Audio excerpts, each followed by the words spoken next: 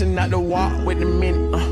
I been building up the blocks like a man. Elliot got water dripping out the city.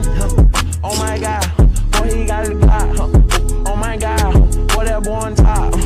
Sip and walk, make my heart stop. All these hoes, yeah my love my thigh. Yo, let her go, put her on roll, put that on payroll, put that on go.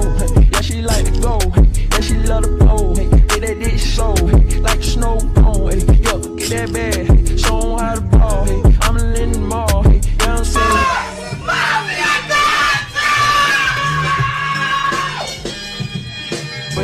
Give me a minute, yeah, I need a minute. I'm in a minute, I'm need a minute. I'm gonna tell you, hey, Cardi B and Pippin, Cardi B and kick the shit in.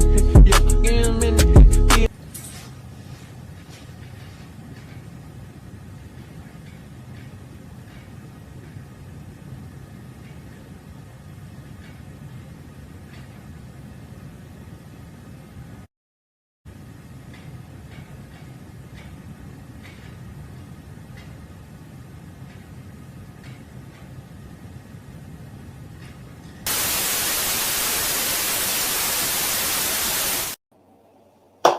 Hey, what's good, y'all? It's DGE, Dolphin Gang Entertainment. It's your boy DG.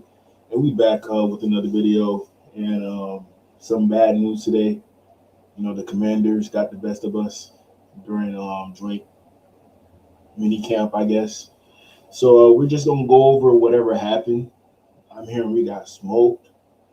I'm hearing our DBs did bad. You know, I heard a lot of our corners were not in, so maybe it was the safeties. That's why I heard TD say in regards to that. But man, let's check this out. I got somebody coming in. I don't know where they at right now.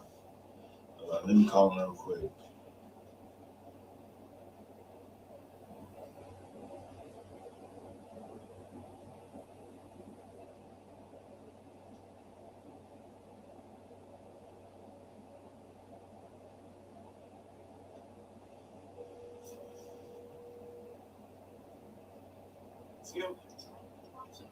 Yo, I'm on loud right now. Okay. All right, man.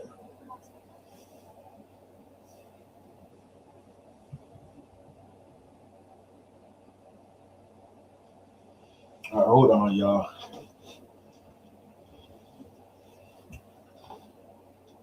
So I got this clip of the Commanders practice. We're just gonna check out how the guys looked out there. You know, I think it got clips of our guys as well, but we're just gonna go over like all the notes that's been posted. You know, all I've been hearing is like the Commanders been taking off on us. Commanders taking off, blur, interception, sack, fumble. That's all I've been hearing. So we gotta watch the film to see.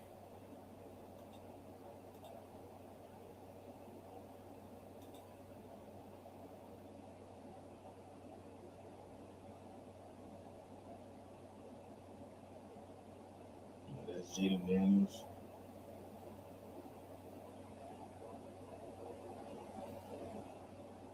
Marcus Mariota. You know, they got a pretty good quarterback room. You just gotta hope that this guy stays healthy right here. Hey, turn off your background music. Hold on.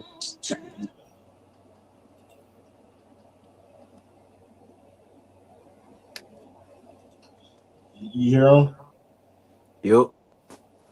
He's saying that DJ gotta go. He said, who gotta go?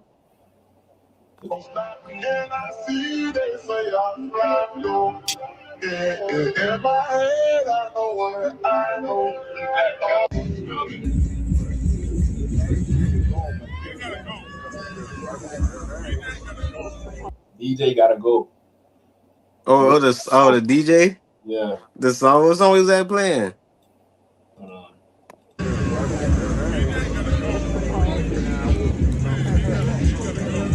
DJ gotta go. You know, originally they would let the players pick the songs that they played during practice. Mm. But now, like, they feel like players are not focused. They're too worried about the music that's being played. Now the coach is taking control.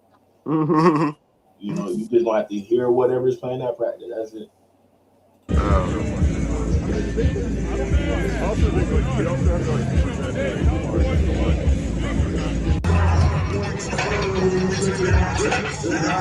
And Stephon Diggs. You know what they yeah, said he went. about you know what they said Let me about get him? him an ugly number. 18. He said he was trying to get 7. But I think 7's retired or something, so they won't let him get 7. Oh, Yeah, but the Dolphins had like a joint practice with the Commanders today, right? In Washington. So they're not even in Miami right now. They're practicing in Washington. They said Stephon Diggs, he ain't lose 1 rep. damn. Those are DPs. Nobody locked him down. He got open on each rep. So them boys took off on us today. It don't seem like we're ready this year, just based off what I've been hearing on social media. You know, they got a joint training camp next week on the 20th with the Giants. So I'll be able to see it myself instead of seeing what people say. But based off everything that I've been hearing, it don't look too good for the Dolphins now. Looking slow for them boys. Mhm.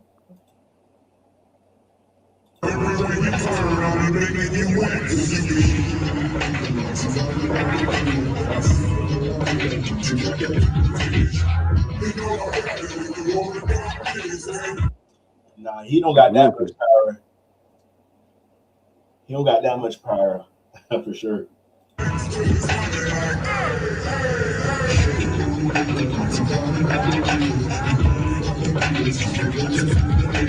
You know, Stephon Diggs, he's back at his hometown. I can see He is from Stephon Diggs. Maryland. Yeah, he is from Maryland, so I can see him going over 1,000 yards this year. You know, that's if you want to put some money on that, go ahead. But you know, I'm not a financial advisor. You know, please don't take whatever I'm saying seriously. But I just think Stephon Diggs will hit over 1,000 this year. Here we go, our quarterback Malik Willis.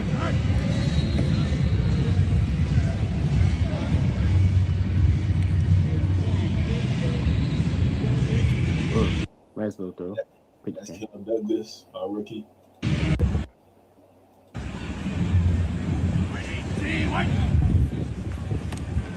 You know, Austin Jackson said he 100% now. We gonna see. We gonna see.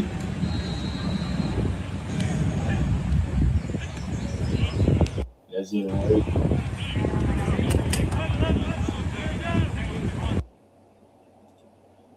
Former Dolphins, Rasul Douglas, all over the final play of Team Red Zone to force incompletion. Get congratulations from his sideline. So Rasul Douglas, he was balling out. You know, he was with us last year. Now he's trying to show out since we're over there and now at his new team with the Commanders. So we see how it is. It's okay. It's okay, Rasul. You know, I low key wish we kept him. I low key wish we did, but we didn't. You know, You can hear me? kinda, not really. I'm just saying. I'm posting this on my Instagram. Just give me a second. I'm being right back. I'm just posting the live. I'm sharing the live on my Instagram. Okay. That's all I'm doing.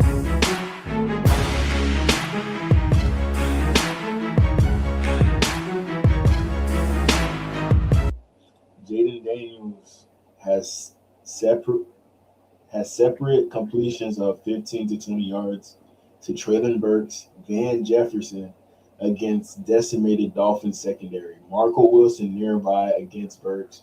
Another other one was between Marshall and Lonnie Johnson, who is back.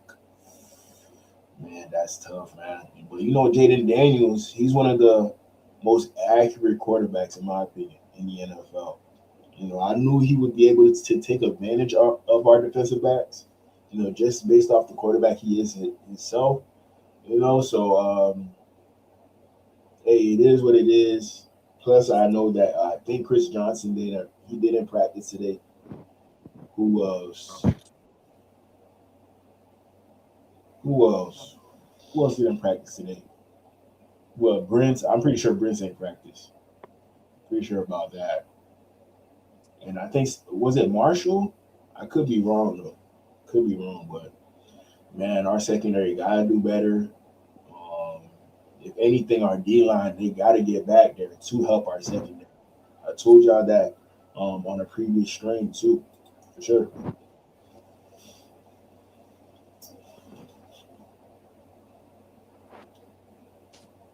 I'm back. All right. Daniels had his way with Dolphins defense. Terry McLaurin had a sideline grab downfield on Jason Marshall's side, but seemed like one of the safeties' responsibilities between Anderson and Taffy. Miles Battles, Major Burns let tight end Chick Okonkwo get open up the seam. Just bad news from our secondary. Very bad news from our secondary today.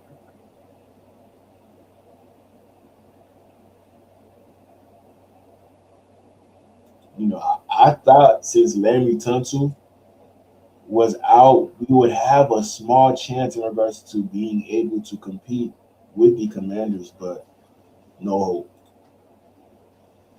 No hope. Ethan Bonner broke up a deep shot to De'Ami Brown, thrown by Jaden Daniels. Kyle Lewis had a nice run stop. All right.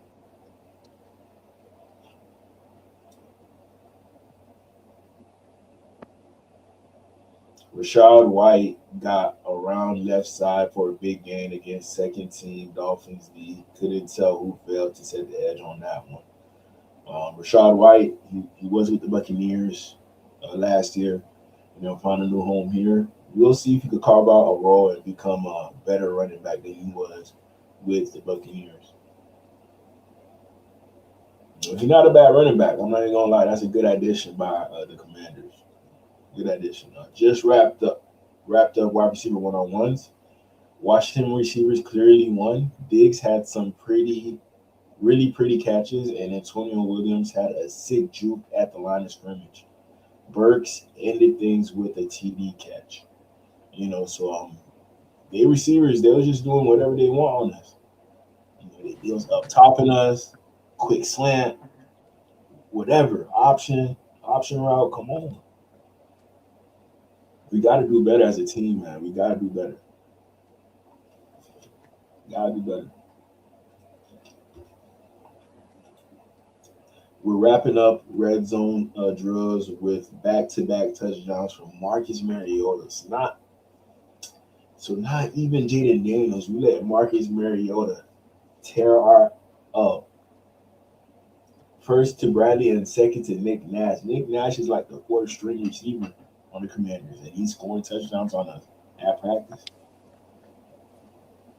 At practice. I know our DBs were out there, but man, it sounded like them boys had a field day out there. You know,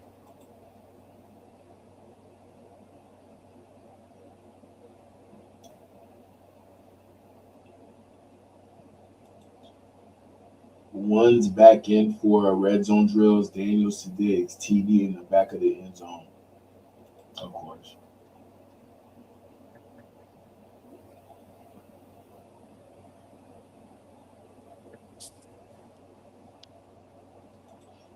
Mike Sanders drill just got a pick on Malik Willis, and he took it all the way back, followed by his teammates. A lot of fun energy on the defensive sideline. Malik, stay away from the picks, man. Don't do it in the game. You can do it at practice. Go ahead, but don't do it in the game.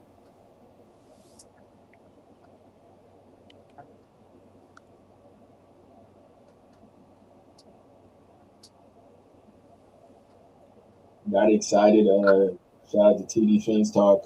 Blade Daniels gets sacked. Then Malik Willis pick six. Then the next play, Malik throws a 20-yard dart to Philip Douglas.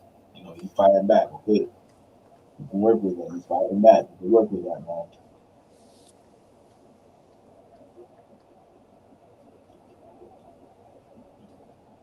Hopefully, this helps our guys. Get comfortable and know like, hey, it's sweet over here. Like, we got some good teams. We just read about that one. Agape Owe has like 4 sacks today. Hmm. He's out there right now. 4 sacks? Damn, you know what I'm saying? In practice, that boy bowling.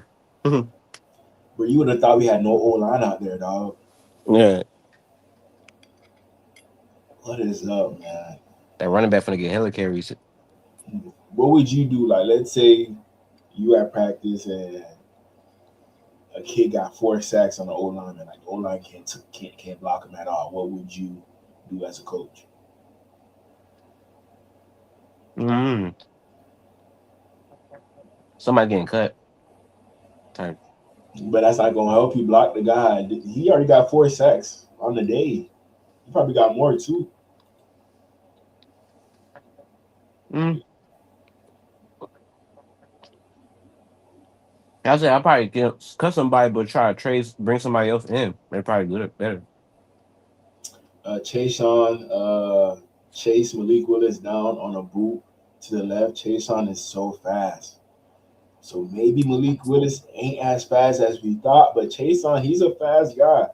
I think he run like a 4.4, but he's a big edge guy, like 6'4", 260, Yep. something in that range. But he could definitely run a 4.4. So that's what I'm saying. These defensive ends, bro, they getting too big nowadays. Too big and too fast at the same time.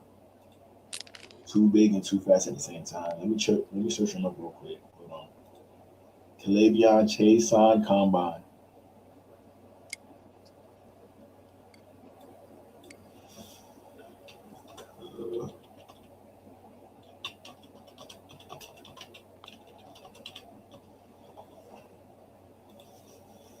Pull that up. Oh, they don't got the. Nah, they don't got it. 6'3", 254. You know, he was a dog coming out of high school. Texas, definitely a dog. Definitely a dog. Where was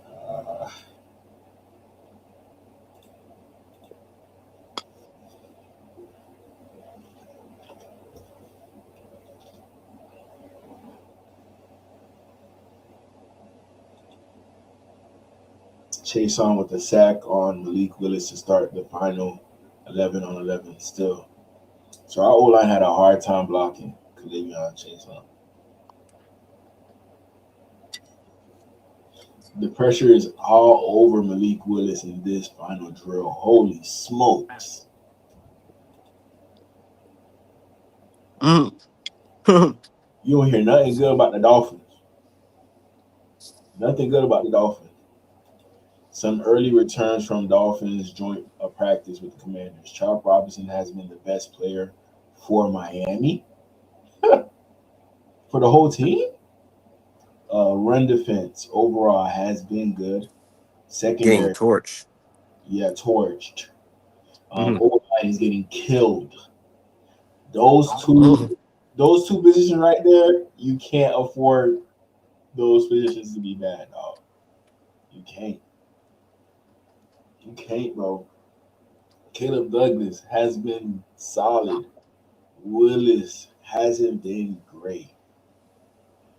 Man, Willis, I'm not gonna blame this one on you.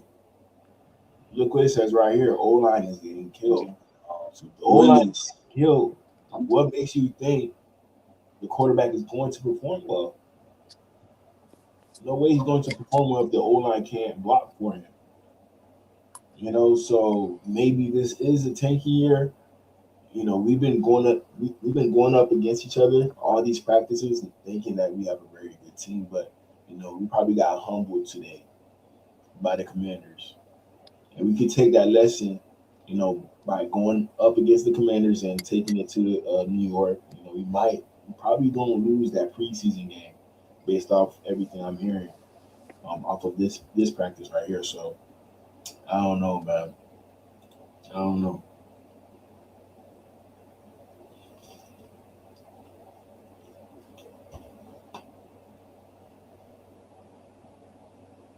My takeaways from the Commanders Dolphins joint practice. Washington offensive line struggled today. So not only our offensive line struggled, but their offensive line struggled too. So okay, decent job at the D line, but our secondary, couldn't do anything for the D line in regards to getting pressure.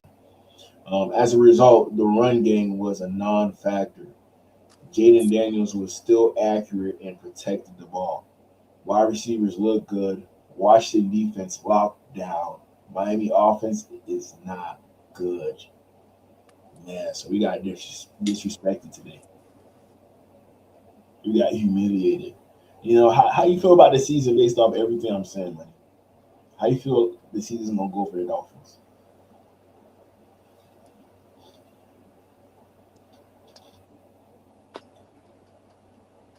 Go ahead. Huh?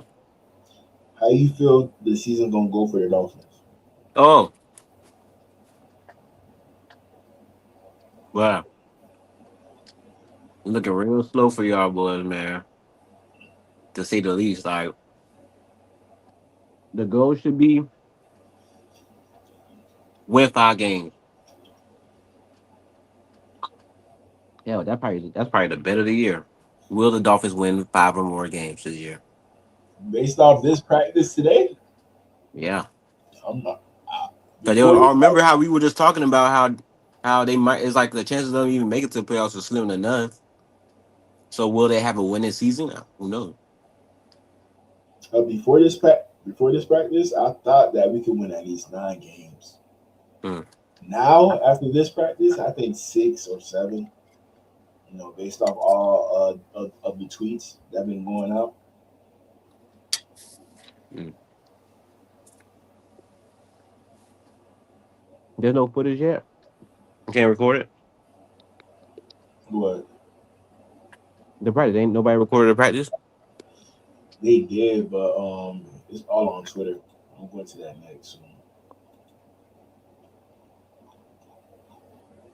I'm going to that next soon.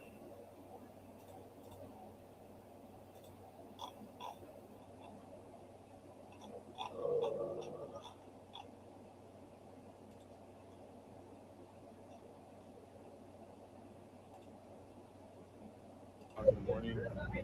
Yeah, I mean, I was really excited. I got released at like 8 o'clock in the morning, and decided to drive to go see my family. So I was in a car when I got the call, and it was just a whirlwind. Like, it was a really cool experience. I heard it's kind of rare for that stuff to happen, so just kind of excited. Just excited to get out here and work, learn the playbook, and get after it. I believe you met with Jeff Hafley last night, and that was the Yes. first time you saw him. How did that first meeting go? It was awesome. It just feels good, like getting a new opportunity, a fresh start, and being able to talk to the coaches.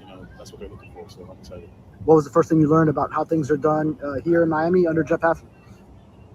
Honestly, just physicality, getting after it on the line of scrimmage and at other positions too. It seems like a team of grinders, people that want to work. So I love that. You've been beat. Yeah, I mean, I heard he got beat today. That's what I heard. But hey, we just traded for Caden Wallace, so hopefully he could be a good tackle for us. By seeing him pop up on the notes in regards to losing a one-on-one rep. So we'll see. We'll see. And there where I think it was you in the middle of it. What happened there where I think it was you in the middle of it? Players had to get separated. Could you describe what was going on? I mean, it's a physical game. You know what I'm saying? It's gonna happen. I keep my emotions in check on the field. On the field, hey, it's a physical game. So you know what I'm saying? A lot of respect for the Commanders, though. A lot of respect for the O-line. Was that you and Connerly? Was it? I don't know who it was. I don't even know. Whoever was in front of you. Whoever it was. I was getting it. How would you describe it? What happened? So he got into a little scuffle Right. today with the O-line. But you don't know who it was. He was just going at the whole O-line. Right. So he was talking. You can hear him. You can hear in his voice like he was active today. I don't think nobody swung because Coach Hafley said if you swing, you out of practice. He's taking you out. He's taking you out. But it seemed like he had an okay practice. He called it truce with the Commanders O-line, so shouldn't be a big issue.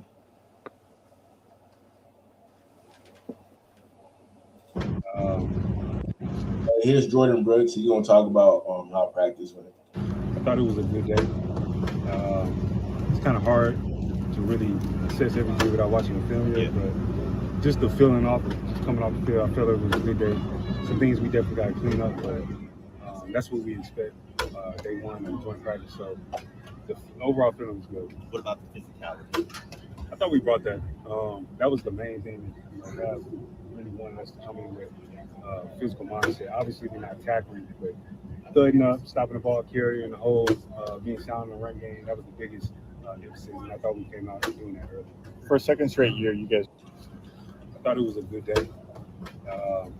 It's kind of hard to really assess everything without watching the film yet, but just the feeling off, just coming off the field, I felt it was a good day. Some things we definitely got to clean up, but.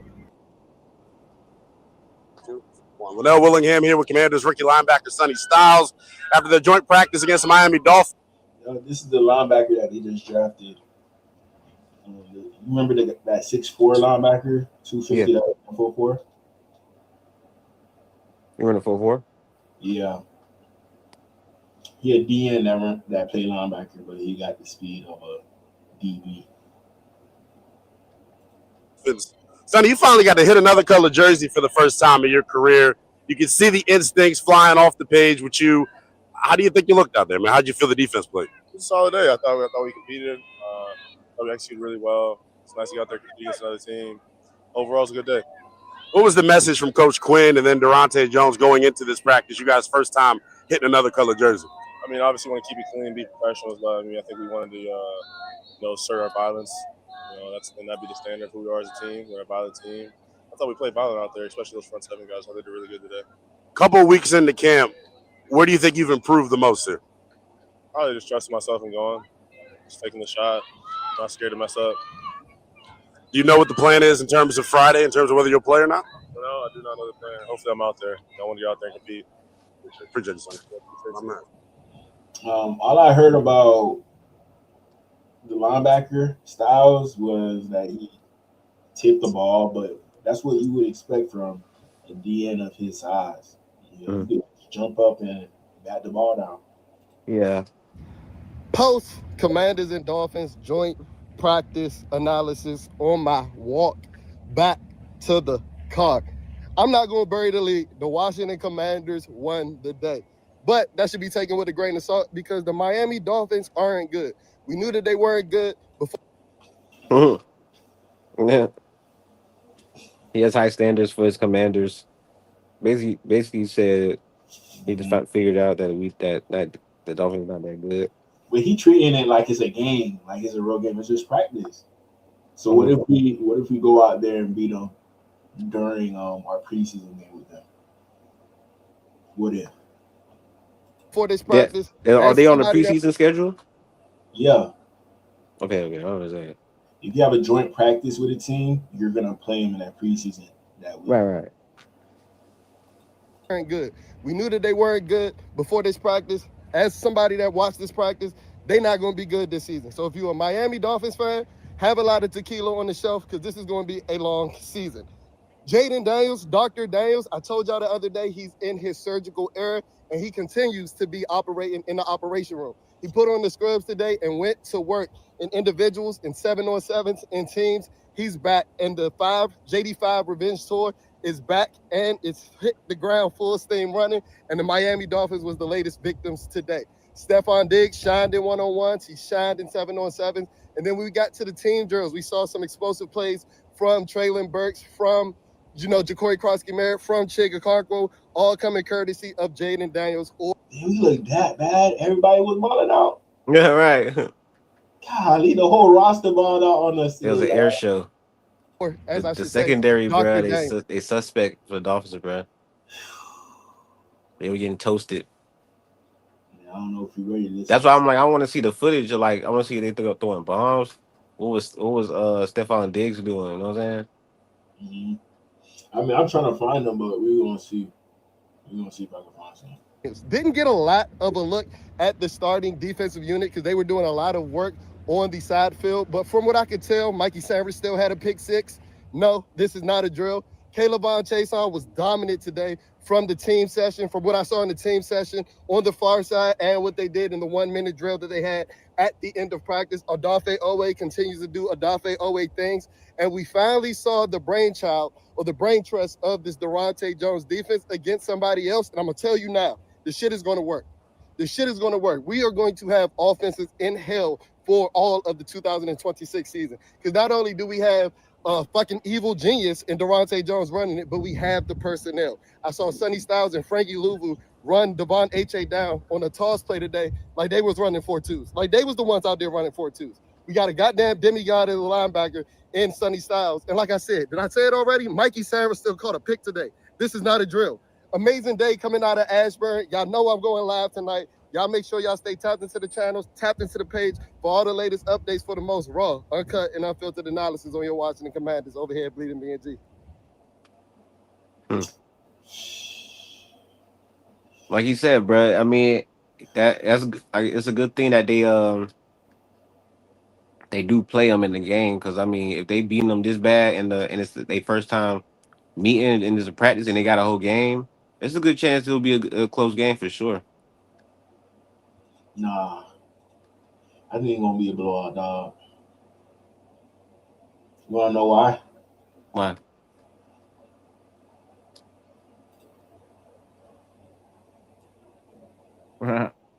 You know who this is? That's Wale. Yeah. You see what he said? He was out there at the practice 4 hours ago. You said what? You see what he said? He was out there at the practice 4 hours ago. You're saying he throwing dots everywhere. Throwing dots everywhere. And they interviewed him at the practice today. Yeah, I see. That's You see out there. Having fun. He dealing. You know what I'm saying? People are open. Receivers is catching.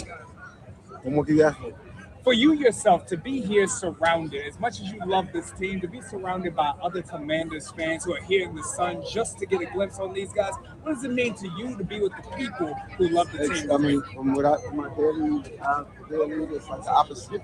It's just community. I feel like I'm in charge of the battery. Like I'm with real people. You know what I'm saying? Common interest, the city. You know what I'm saying? It's a good feeling. From what I see, is a lot of confidence. It's a lot of confidence. You and AJ DeBonsa got anything cooking up? That's my guy. Stay tuned. All right. That's my guy. Shout out to Ace the Master too. Pops. You see out there. Yeah, it was strange seeing Wale out there. You know. But nobody dropping like clips. Commanders Dolphins August 12th joint practice recap. For the first hour or so, I was thinking to myself, I was pre-planning what I was going to say. And I was thinking, good day for the Commanders. Definitely encouraging signs. Not going to go so far as to say dominant. Don't want to mislead anybody. And just the way practice ended, I have no choice but to say that was a dominant day for the Washington Commanders. So let's pick it up with Jaden Daniels. He was excellent today. Now, in 7-on-7s, I got to say, he wasn't great. He was not dialed in. But as soon as they got to 11-on-11s, he was outstanding. At MVP level Jaden. I would have to check my notes. I believe I had him at about a 75% completion rate. And right up until the final period, which was 40 seconds on the clock, one timeout, you're at the 30-yard line, you're trailing by 4, got to score a touchdown. Right up until that final period, it felt like 70 to 80% of Jaden's throws went at least 15 yards downfield. He had some really nice intermediate plays. Yeah. Bro, it's like they having a field day out there with them boys, bro.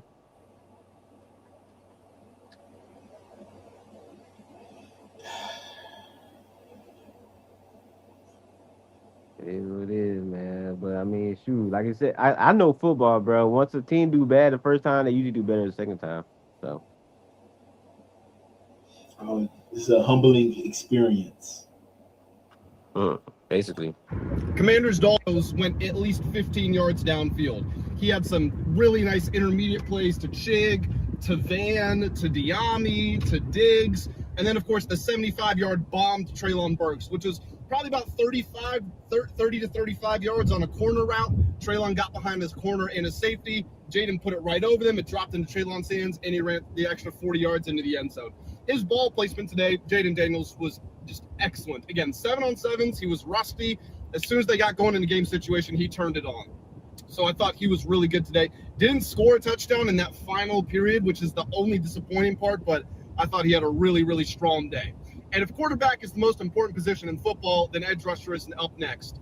And the Commanders have something there. Now, I don't know what it's going to look like, and I'm trying not to gas it because the way they're going right now, Odafe Owe and Kayvon Chason look like they both could get 20 sacks this season. And that won't happen. Man, that's how bad our tackles look, huh?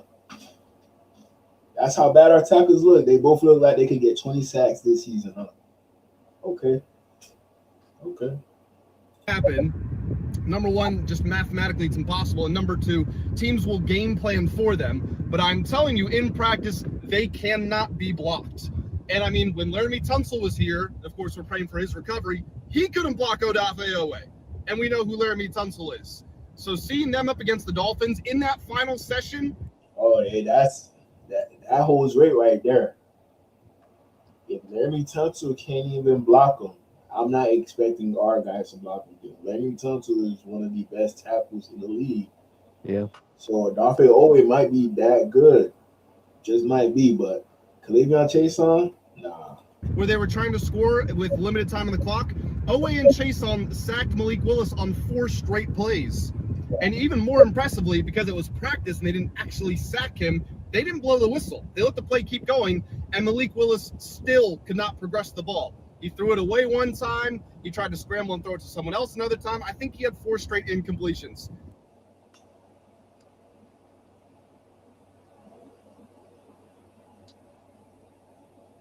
Hello? No, I'm still here, dog. Oh, all right.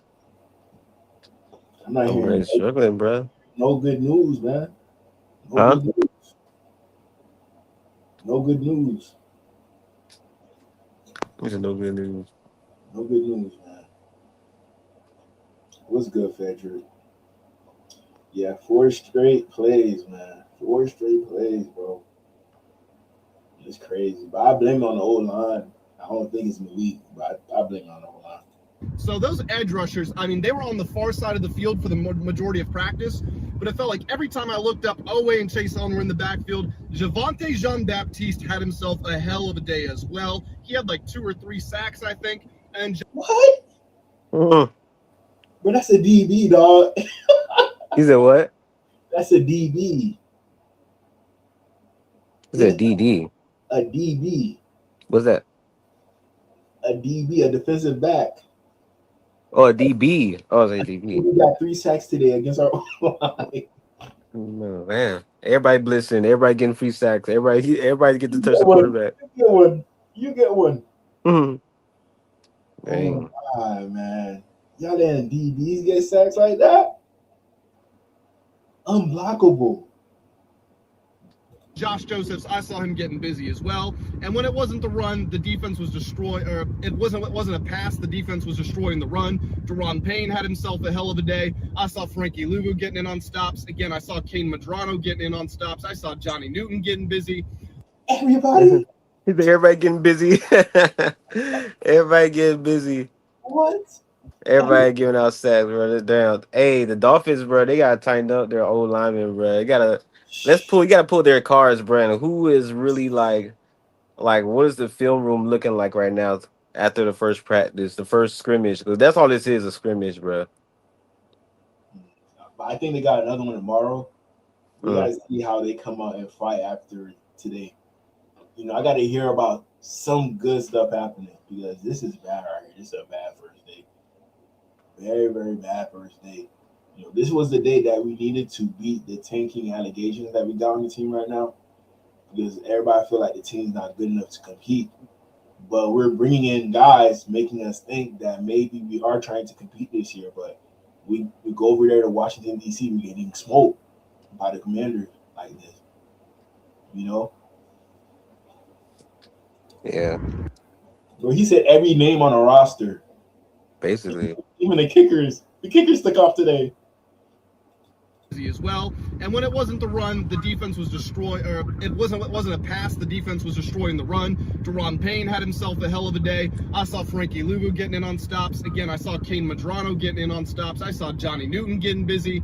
So I almost wish that the defense was close to us, because it looked like they basically destroyed the Dolphins offense more times than not. I wouldn't say it was that lopsided with the Commanders offense against the Dolphins defense, but definitely would still give them the advantage. Final note here, actually two things. First thing, the offensive line could have been better. I felt the communication and the togetherness was on point, because they did a good job of picking up Miami's blitzes, but sometimes the individuals were still getting beat. Connolly got beat a couple of times. Chris Paul got beat. The center position continues to be an issue. And then the final note, David Blau is dragging his nuts. He has done his homework this offseason. There was a play where Antonio Williams was lined up as the running back in shotgun next to Jaden. And I don't even mean with another running back there. No, he was the only running back on the play. And he runs a wheel route to the pylon. Mariota puts it up. Antonio Williams goes up and mosses the defender for a touchdown. So very, very strong day when it was all said and done for the Washington Commanders. I am once again excited to see this team in action.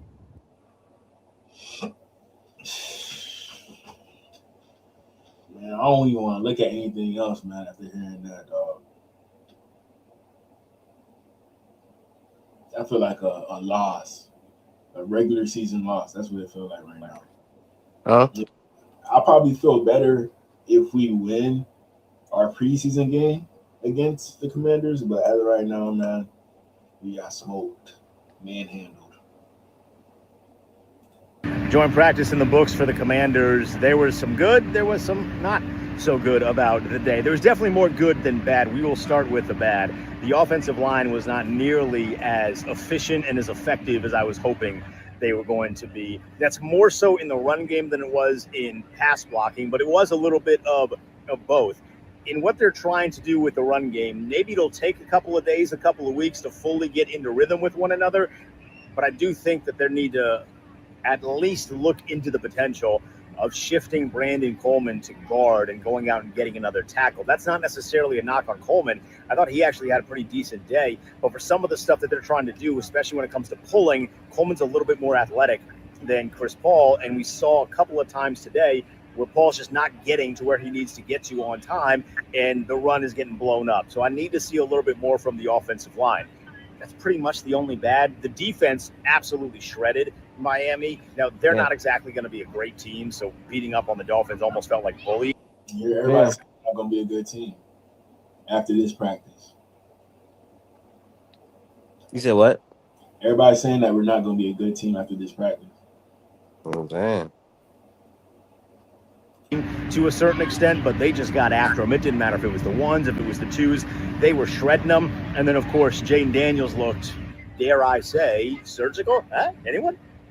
He looks good, though, man. He's going up against a team that he doesn't get to see every day in practice. And despite the offensive line having some issues, you continue to see Jaden Daniels mastering the offense, understanding where the ball needs to be. And then even when the offensive line does kind of blow up a little bit, he has the speed and the athleticism to continue making the play. And he's keeping his eyes down the field, man. Like, that's something that I've noticed throughout the entirety of camp. He's not doing the tucking and running stuff. He's keeping his eyes down the field, understanding that an incompletion in training camp is really not that big of a deal. So I really liked what I saw from Jaden Daniels. We got the game on Friday. It'll be at a higher speed. We'll see how many of these guys starters actually play, but I'm excited to see the team in action on Friday. Yeah. And next, I got head coach here. We're going to react to what he had to say about practice. It's the same as what our players have answered from you when you guys have asked them those questions. I mean, we don't have time for that. We're here to practice. They're here to practice. The other thing is, I have so much respect for everybody that plays this game, whether they're on our team or another team. I mean, this is their livelihood, that we got to protect them too. There should be no blind shots. There should be. Is there going to be a scuffle or two? I mean, it happens. Should there be a punch thrown? No. If there's a punch thrown, they're out. And that's what I told the team. It's exactly what I told the team throughout camp. And we've been fortunate. There haven't been a lot of fights. We don't have time for that. So if there is, hopefully it gets broken up and we continue to practice, which is the main thing. And it's really, really important. And I told our team is I want to come out of this healthy, and I want Washington to come out of this healthy. Like I said, I have too much respect for all these players to think anything differently. At the same time, I want to be physical. I mean, that's how we need to play, and I'll be disappointed if we're not. See, a little Mike McDaniels came out of him right there. A little bit of softness. You know what I'm saying? He didn't want to allow the fights happen or you get kicked off the team. But you don't know that's what makes the team stronger and more bond when they have fights. More aggressive, more physical. And, and it strikes fear without, I mean, it strikes fear within the whole 32 teams of NFL around the country when they find out that, oh, this is a team that fights. You know what I'm saying? It keeps them on their toes. But at the same time, that's not something you should advertise to your team. Hey, everybody got to fight so we can be a more aggressive team. Right. You let it happen. I mean, shoot. You know, but that's been the issue with the Dolphins ever since a few years ago in regards to them not being aggressive. You know, today it didn't sound like we were aggressive at all either. So versatility. He's done a really good job setting the edge. He can play inside linebacker. He can play outside linebacker at Sam.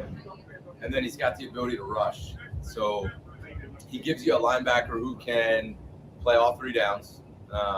He can play in zones. He's good against the run, and he's got rush value to him. So we'll see where he's at. But I like the way he's practicing. A shout out to Trey Moore. Coach was just talking about him in regards to him popping up on film, man. Number 17, look out. The first game on Friday, look out for number 17. He's gonna pop up. First game is on Friday? Huh? First preseason game's on Friday? Yeah, on Friday against the Commanders. Okay, bet. See, I like some of the footage from practice right there, ain't it? Or no?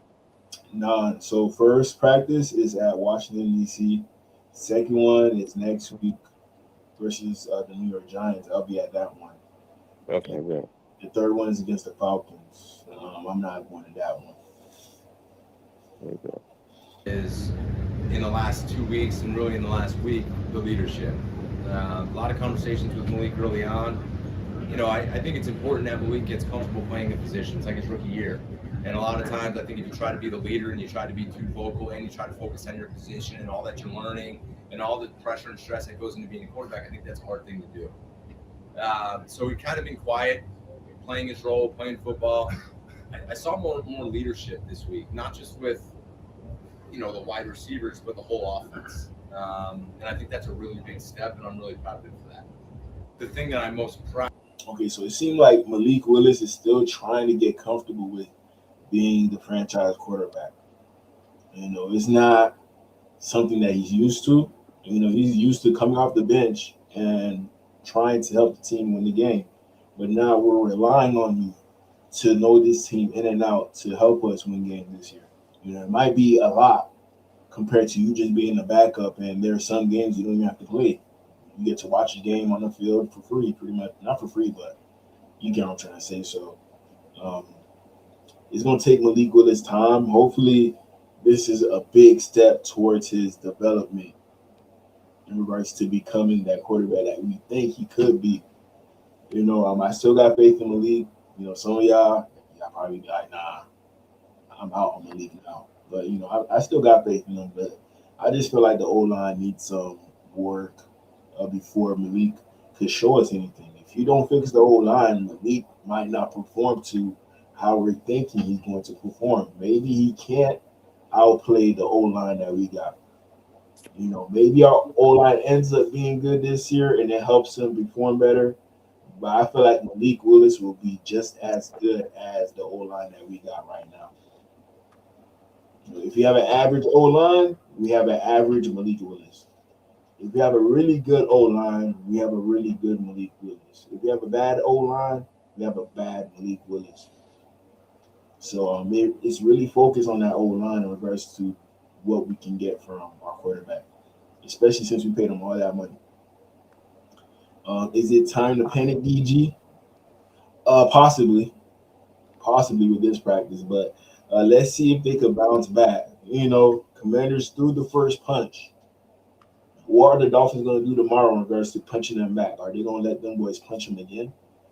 You know, I feel like it's an even matchup if we go out there and beat them on live television on Friday. Just show us that, okay, that was just a fluky practice, getting used to each other. You know, but this is A like fluky practice. Yeah, you gonna see. Hopefully, we gonna see. Um, Here's some clips from the practice. It's the cat in the hat. It's good.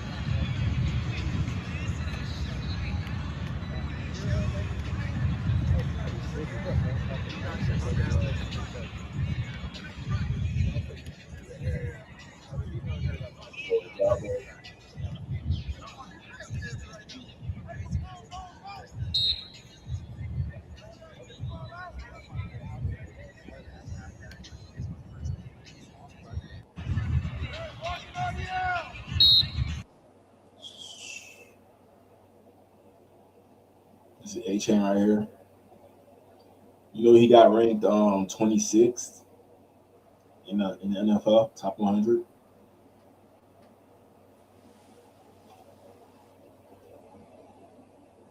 You heard me?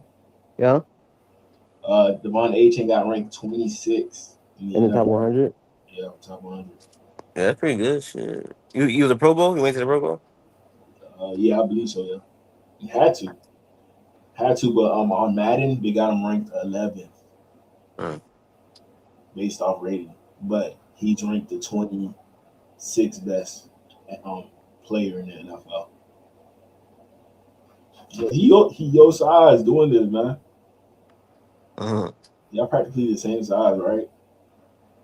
Yeah, it might be like an inch or two taller, but yeah, not that much. Let me see. Devon A-Chain Combine.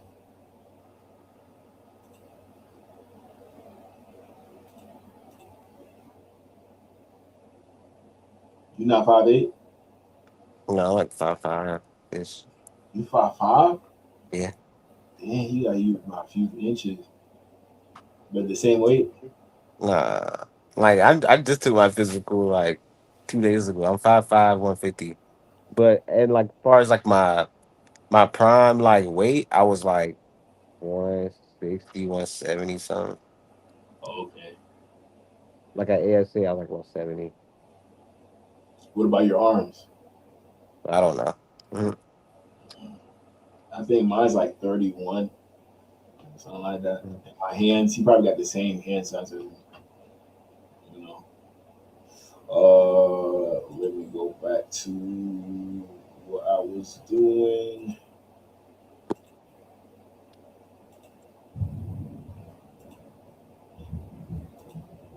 But yeah, shout out to Devon A-Chain.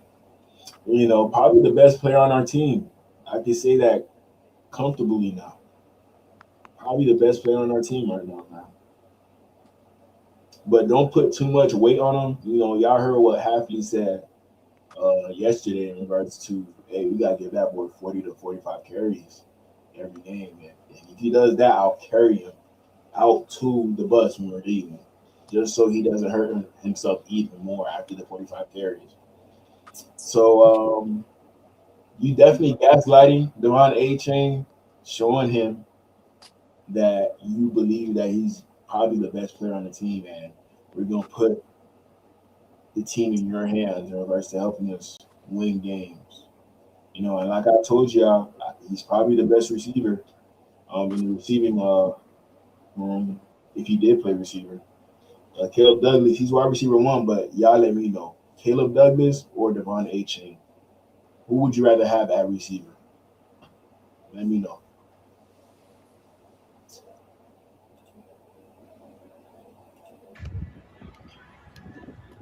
You know, Caleb Douglas.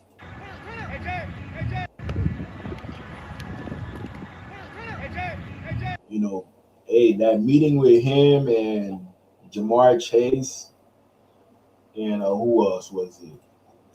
T. Higgins. That probably did help him. Is it what? You know, the receivers with the Bengals. Oh, Jamar Chase. Yeah. Yeah, T. Higgins. So That's only two I know. yeah, so he met up with those guys. I'll show you a picture. Picture what? I'm gonna show you. Hold on. I'm trying to find the picture right now.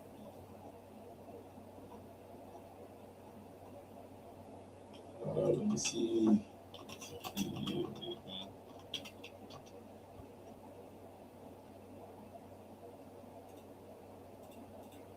Okay, he's right here.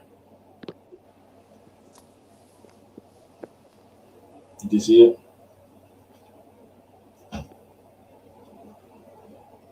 Oh yeah. Oh, yeah.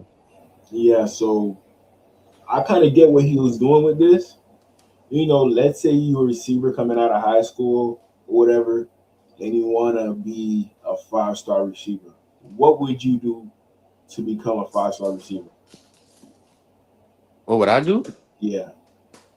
Shit, work out with them boys, right? Right? You get what I'm trying to say? Yeah. Them boys, they 5-star receivers. I'd say Jamar Chase is a 5-star. T. Higgins, he's like a 4-star. You know, but they could only make him that much better. Maybe Caleb Douglas is like a 2-star, a 3-star. Maybe this interaction between helps him become that possible 3.5, 4-star, maybe even a 5. It's all up on him in regards to how much he learns from those guys and how much he gains the information.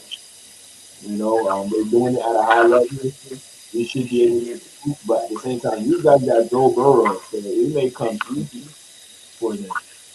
You got Malik Willis. You have to make it work with Malik Willis, but by the way it sounds like with the old line and how they perform today, it seems like Malik Willis needs more help up front. You know, so let me go back. So, hey, I got some faith in Caleb Douglas. You know, I got some faith in him. My ceiling for Caleb Douglas, top 15, top 20 receiver. Floor, you know, I could see him playing in the NFL for a good 5 to 7 years, maybe 9, you know, but just being that guy, not the main guy, but just being that guy. You know, if somebody goes down, he's going to be there like a Jawan Jennings. I could see that type of role for Caleb Douglas in the future. You know, the crazy thing is he went to Texas Tech. His teammate, Reggie Virgil, he was another guy that we could have picked. It was between him or Reggie Virgil, but we ended up picking Caleb Douglas. But mind you, Reggie Virgil, he had a good performance at the Hall of Fame game. Let me search him up real quick. Very good performance at the Hall of Fame game. So I'm not going to show you the actual footage, but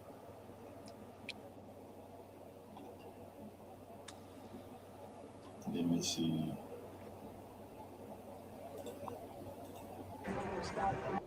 So this was Caleb Douglas' teammate at Texas Tech. So Caleb Douglas, he was the receiver 1A and he was 1B. Just check out this catch by him at practice.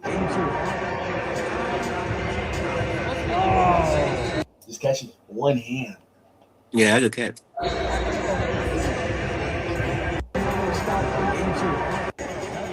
He's been balling out all practice, and I think he had a very good game during the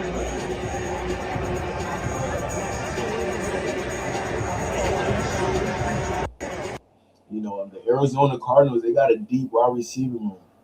Pretty deep. You know, this is a better view. You know, based off this right here, who would you rather have, Caleb Douglas or his former teammate, Reggie Virgil?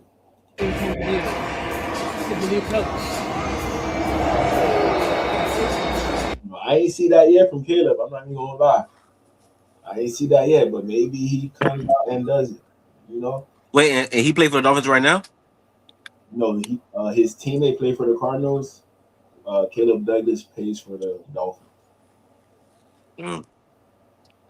Yeah. You know, Caleb Douglas, he ain't show up on the news yet. Look, he on the news for Arizona right now. No rain out here. What's the green stuff? Oh, the green, that's rain. Oh, rain. Yeah. We don't see too much of They that around lying. here. Ain't no rain out here. Well, right now y'all see all the rain on the forecast. That'd be cool. I heard it was a couple sprinkles out here. I ain't seen nothing personally, but I'm ready for them to come. So, but y'all see this coming up through, you know, what that is down there, Mexico down there. Then it's coming up from Mexico, coming up through Phoenix. Broadcasting.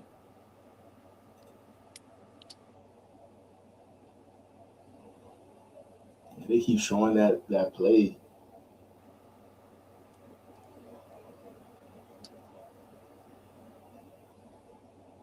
Yeah, that's a pretty good throw, man. This is him at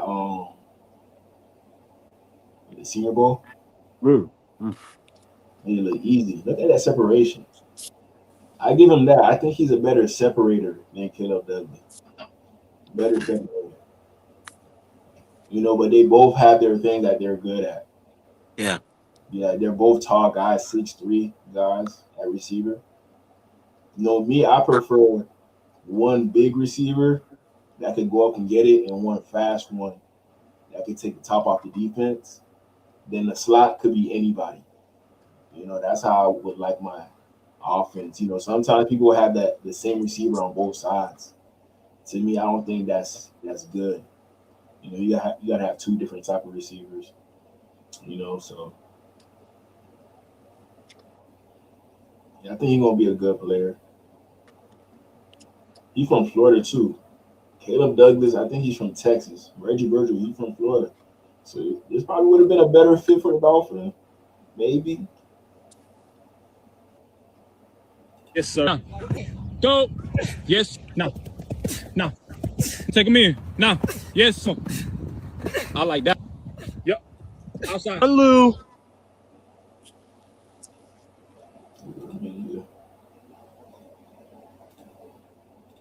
Reggie Virgil Combine.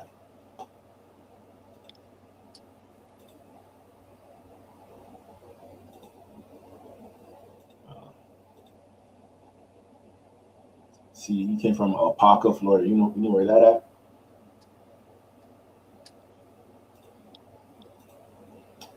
Caleb Douglas Combine. You hear me, Money? Huh? He came from Apopka, Florida. Oh, Virgil? Yeah. So, wait, is that what that considered Palm Beach or not? Orlando. I'm tripping. Yeah. Papa's in Orlando, right? Close to Orlando. Yeah. Yeah. But here you can see Caleb Douglas, 6'3" and a half. Reggie, he was 6'2", 5'8", 31-inch arms. Caleb had 32-inch arms. So Caleb, he's a little bit more of a longer guy than Reggie. I say that much. Caleb Douglas, 206 pounds. Reggie, 187 pounds. Hands, 9 1/4. Caleb Douglas, 10 inches and an 8. So Caleb Douglas, if you want that longer receiver, longer limbs, you know, those guys with the longer limbs, you know, they can easily go up and get the ball and all that. You would choose Caleb Douglas off of those measurables, but just based off how those guys been matching up and what they've been doing, Reggie Virgil looks better right now. You know, it may change. Caleb Douglas may have a big game against the Commanders and shows us that he's just as good as Reggie Virgil. But seeing Reggie Virgil do good with the Cardinals is showing us that Caleb Douglas has the possibility of, you know, popping out during that game on Friday with Malik Willis. You know, but we just gotta hope that the O-line holds up. If the O-line doesn't hold up, then we're not going to be able to see if Caleb Douglas is actually as good as we think he is, just based off the practice film we've been seeing. You know? Yeah. Let me see what else I got for y'all.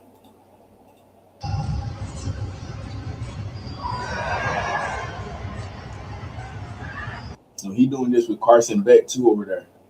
The quarterback that used to be at Miami. You know, so they don't really have an official quarterback. I like Malik Willis over all the quarterbacks in Arizona right now. All the quarterbacks. So Reggie Virgil, he's doing his thing over there. Doing his thing.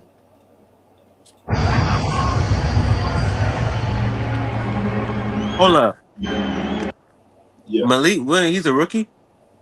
Yeah, he's a rookie.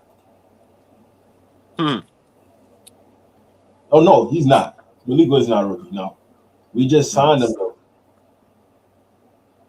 Where was he before? He was at Green Bay. But he wasn't starting though. No, he was a backup, but he played well as a backup to the point where we signed him. And our head coach came from over there too. All right. Yeah. But this is just the teammate of the receiver that we picked in the draft. I'm just comparing the two guys to see who would have been the better prospect to pick up. You know, we still have a case for Caleb Douglas if he shows us something, but as of right now, Reggie Virgil looked like he could have been the better option compared to Caleb Douglas. You know, I like both guys though. You know, no disrespect to nobody, but I'm just comparing the measurables. That's it.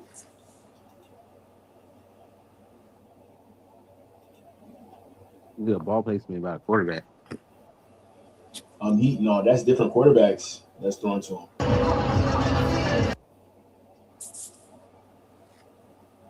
Easy money. Carson Beck throwing darts out there, man. I'm not even gonna lie. You know what I'm saying? They might let him start this year over Jacoby, but they just paid Jacoby a lot of money. Look at this ball. He made this ball look like a handoff. Look, this receiver ain't slowed down.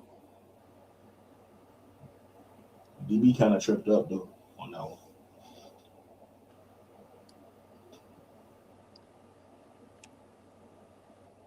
You know, but you know what they've been saying about him? What? They saying the only reason why he played good because he's an old quarterback. He's a home quarterback? He's an old quarterback. Oh. You know, he's supposed to perform well in the NFL. He's not like he's young. You know. Old in dog years. Yeah, I think he's about to turn 25. Oh. Yeah.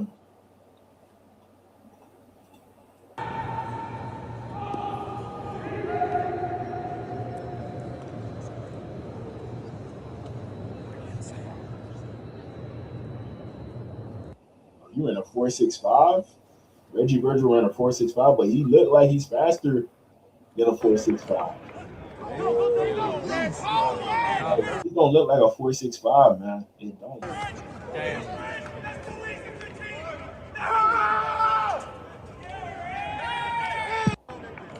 I hear what I say. Mm-hmm. Hey, you're right. You run faster than 4.6. Yeah, he looked like it. But you know about them guys who play faster than they run? Most of the time they end up being good players. Yeah, Jay Rice. Yeah, right. Well, that's what we're hoping for Caleb Douglas, because I feel like we already seen signs from Reggie Virgil. You know, now we're gonna wait till Caleb Douglas goes through this process and we see some great things out of him, because right now we really do need a receiver. Over here with the Cardinals, they have enough receivers. They have enough, and Reggie Virgil is emerging as another option other than Marvin Harrison Jr., Trey McBride. You know, now they got Jeremiah Love. They could throw to him. They got Michael Wilson as well. Now they got Reggie Virgil too. We're still trying to figure out who that top guy going to be. So, you know, I love our roster, but we might not be good enough to compete. with the big dogs. You know? Huh? You said what?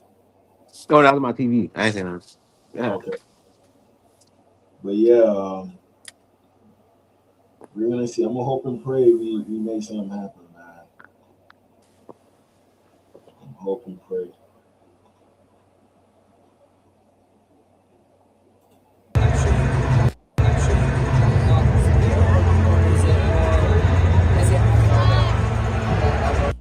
Good contested catcher as well.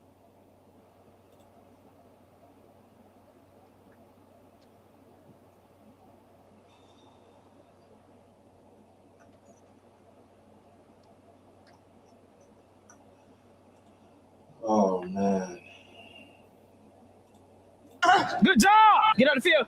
Get out the field. Stop. You know, he worked with Route God. You know the guy we went to school with? Huh? The guy we went to school with. ASA? No, yeah. I remember him. Yeah. I'm just saying, like, oh, that's a receiver, right? You working with him? Yeah, he working with him. Come on. Good job. Come on.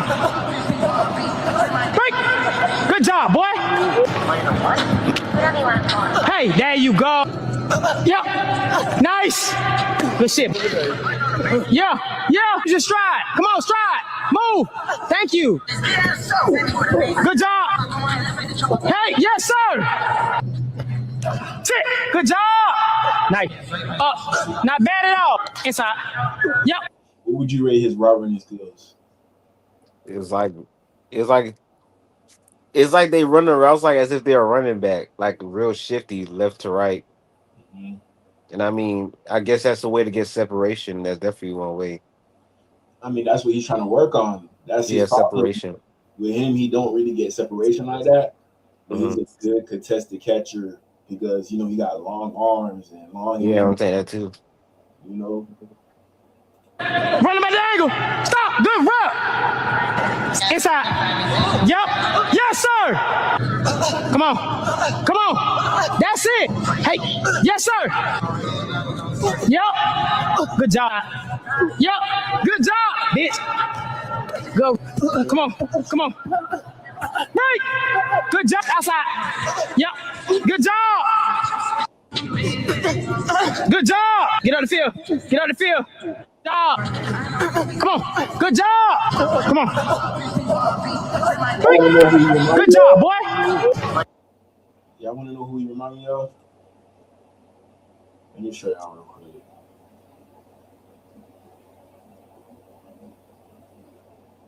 Let me show y'all real quick. Huh? That's who he remind me of. Will Fuller.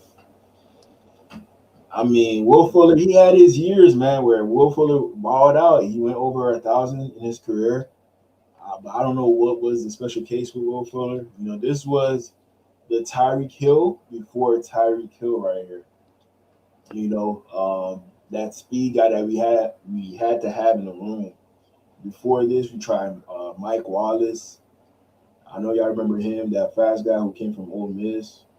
You know, so we kept on trying to get that fast receiver. Will Fuller was just one of them. Probably one of the worser moves we made.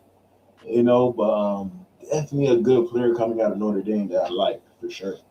Definitely a good player, but I kind of see the similarities in regards to just playing style, speed. Maybe Caleb Douglas turns into his own type of player. That's what I'm seeing with him. I can't really, you know, point him towards a direction. I was thinking Alec Pierce too.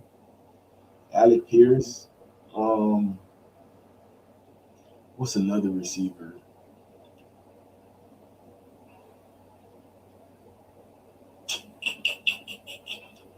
A little bit of Mike, you know, but not as tall as Mike. I can see that as well with Caleb Douglas. But, you know, he's just molding into his player, you know, but we're just hoping that he molds into his best self, you know, because we're not seeing the best from Caleb Douglas just yet, but we know it's coming if he's working towards it. You know it's coming. So I'm not taking this comp as a disrespect. to Caleb Douglas, but at the same time, I'm just saying in regards to how he looks like when he's running out there, running those routes with the route god. Hey, there you go. Yep. Nice. A shout out to Vamos. Appreciate you for pulling up. Yeah, it's still early though. Way too early, but just as long as Caleb Douglas is doing the right things every day to be that wide receiver one for the Dolphins, we should be in good hands. The last wide receiver one we had was the last true wide receiver one we had was Tyreek Hill. The last true one. So that's big shoes to fill right there. Really, really big shoes to fill. But we hoping Caleb Douglas could, at least be half or 75% of what Tyreek Hill provided the Dolphins when he was here. 75, 60%, that range is good for me.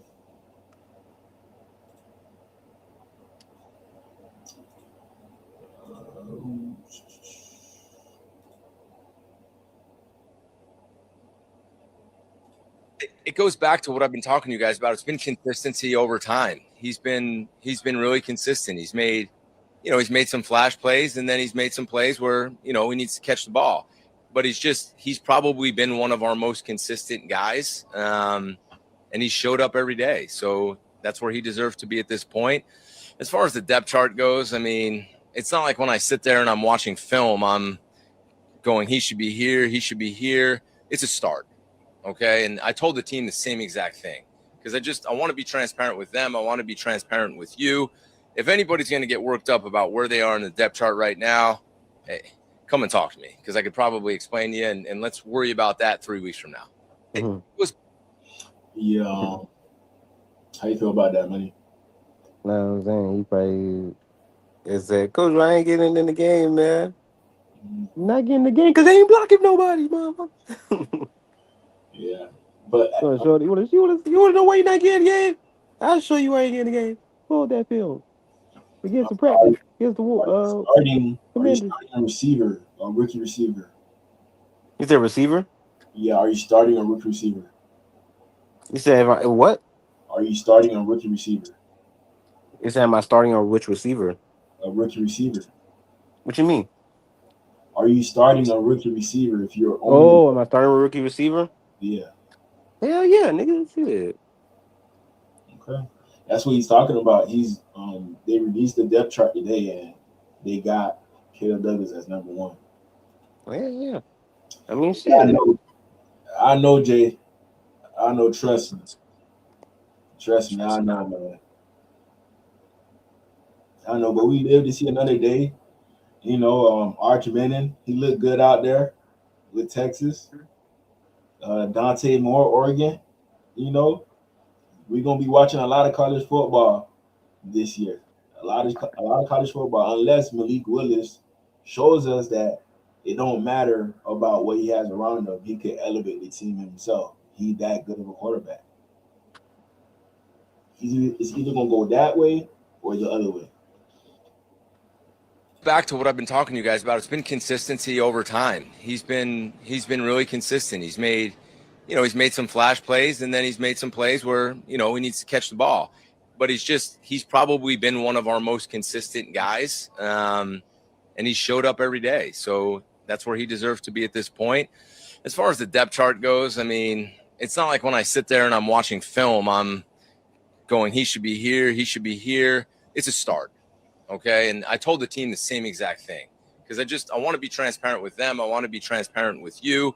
If anybody's going to get worked up about where they are in the depth chart right now, hey, come and talk to me because I could probably explain to you, and let's worry about that 3 weeks from now. It goes. Yeah, I still like you, Coach, even after a bad practice. All love, Coach.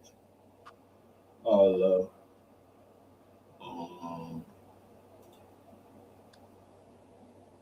Caleb Douglas. See, what would you rate this route right here? Well, he took too much steps, right? Yeah, he didn't snap, bro. He didn't snap and turn his head. He ain't got no time to dance. Right, he dancing right there. Just snap. Look inside, bro. That's like a little. That's like a skinny post. Super skinny post. He took like 3 steps. You know what I'm saying, and he that was unnecessary. That's like if you like really trying to pump your brakes. I mean, come on, bro. Like, Yeah, I'm not good at that. That's why I play defense. nah, he ain't had to do all that chopping. That was really unnecessary. At the top of your route too. That's how you get. That's how you really like. That's how someone gets picked. Like get an interception.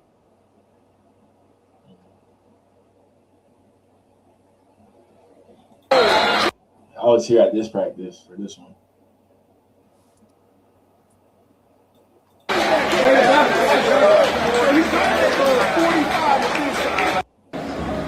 After this, everybody was like, "Who is that? Who's number 7?" Yeah, like So Dolphin fans are probably going to expect a lot from Caleb Douglas this year. If he shows us that he could perform in one game, you're gonna have to do it consistently now. Consistently. UNT.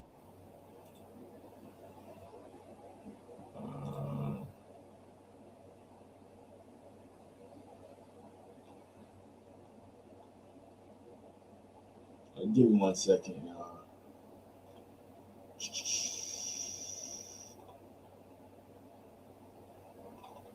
Okay, before I go to another topic, I'm gonna just play this video for the new guys who are in here in regards to what happened today. This is just a brief rundown right here. Post Commanders and Dolphins joint practice analysis on my walk back to the car. I'm not going to bury the lead. The Washington Commanders won the day. But that should be taken with a grain of salt because the Miami Dolphins aren't good. We knew that they weren't good before this practice. As somebody that watched this practice, they're not going to be good this season. So if you're a Miami Dolphins fan, have a lot of tequila on the shelf because this is going to be a long season. Jaden Daniels, Dr. Daniels, I told y'all the other day he's in his surgical era, and he continues to be operating in the operation room. He put on the scrubs today and went to work in individuals, in 7-on-7s, in teams. He's back, and the JD5 Revenge Tour is back, and it's hit the ground full steam running, and the Miami Dolphins was the latest victims today. Stephon Diggs shined in 1-on-1s. He shined in 7-on-7s. And then when we got to the team drills, we saw some explosive plays from Traylon Burks, from Ja'Cory Krosky-Merritt, from Chig Okonkwo, all coming courtesy of Jaden Daniels, or as I should say, Dr. Daniels. Didn't get a lot of a look at the starting defensive unit because they were doing a lot of work on the side field. But from what I could tell, Mikey Sanders still had a pick 6. No, this is not a drill. Calebon Chason was dominant today from the team session, from what I saw in the team session on the far side and what they did in the 1-minute drill that they had at the end of practice. Odafe Owe continued. I had enough. I've had enough of the misery of hearing that. For sure. But I got this clip to show you, money. You know who Kyler Murray is, right? Yeah.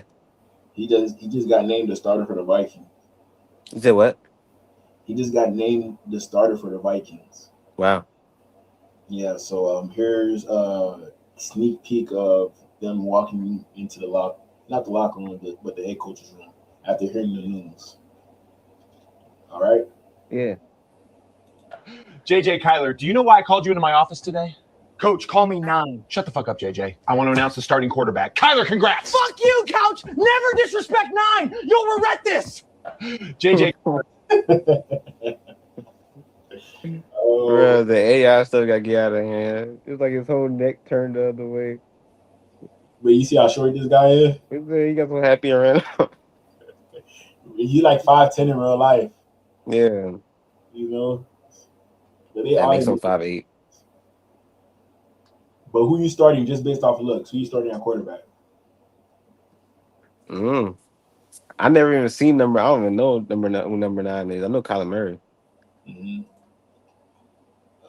Let me see. I think they got clips of them throwing with each other.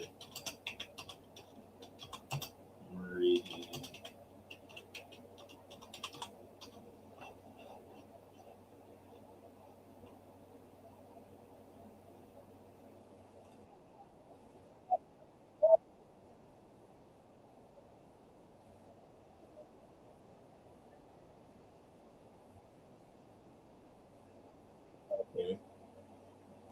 That's crazy. I'm not gonna play that.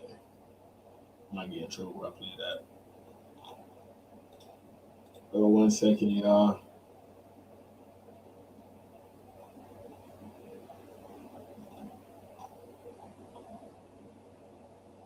Was you looking for a video? Yeah, then like just the whole.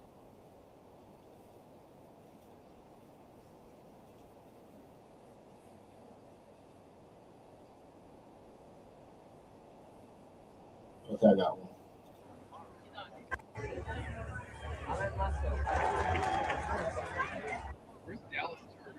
This is Kyler right here. Where's Dallas Turner? Let it go, let it go. Yeah, he launched that bit to Justin Jefferson. That was a good throw. This is JJ McCarthy right here. Scared. He's scared. Yep, sack. Any overthrow. They already like trying to get him married. They don't want him to be good. But when you're in a quarterback competition, the fan base is watching the battle itself, and they're seeing who's one up in each other. You see that JJ McCarthy again? Jets. Terrible. Way. Terrible. It's like they showing his bad plays and the other quarterback good plays.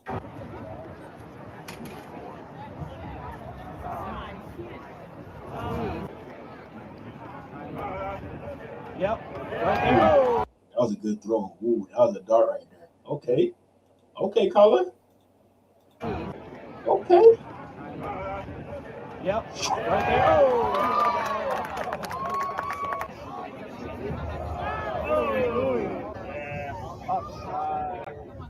JJ. He getting the ball there too late. See the nerve. There.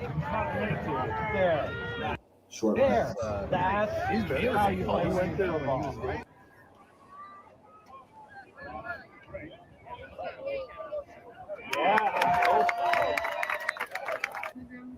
Start. There we go. Let it go. Let it go.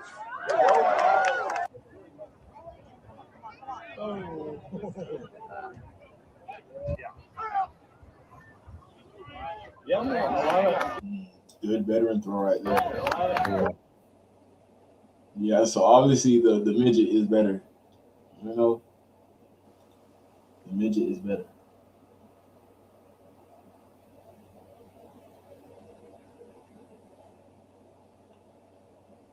And you can see it from the practice tape. That's crazy.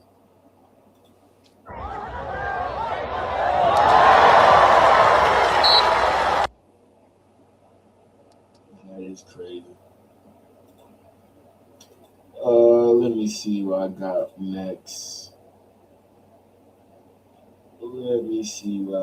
next.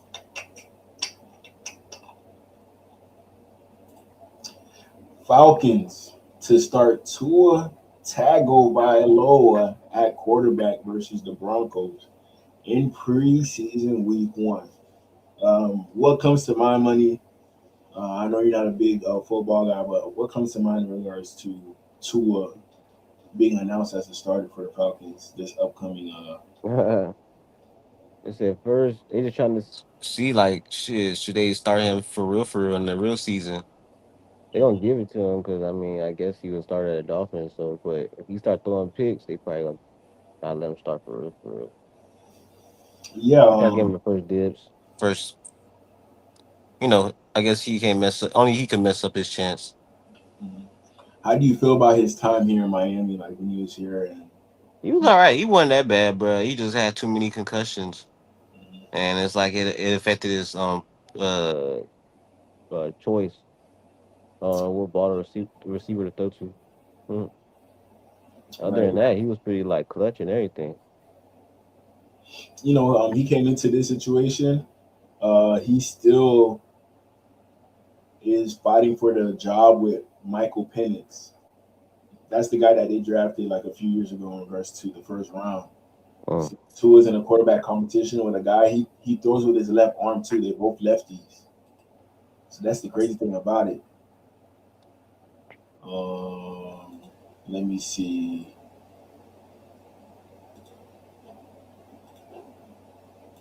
Hold on real quick. We're just gonna see some clips of Tua. You know, they said Tua was hurt, but he's back practicing again. So I guess it wasn't anything crazy, you know, like we thought it was. I think a lot about the calendar, and I think about the offseason program is about laying a foundation, so specifically to the quarterback position. For Mike Penix and Tua, this was learning a new system for our guys. So laying the foundation of the new system, understanding that. When you get to training camp, now it's about really building through your installs, finding out what your players do best. We're just now entering week 1 of the preseason with this game on Friday night. Obviously, Tua is going to play in that game, and I think that's great to get game action with our guys.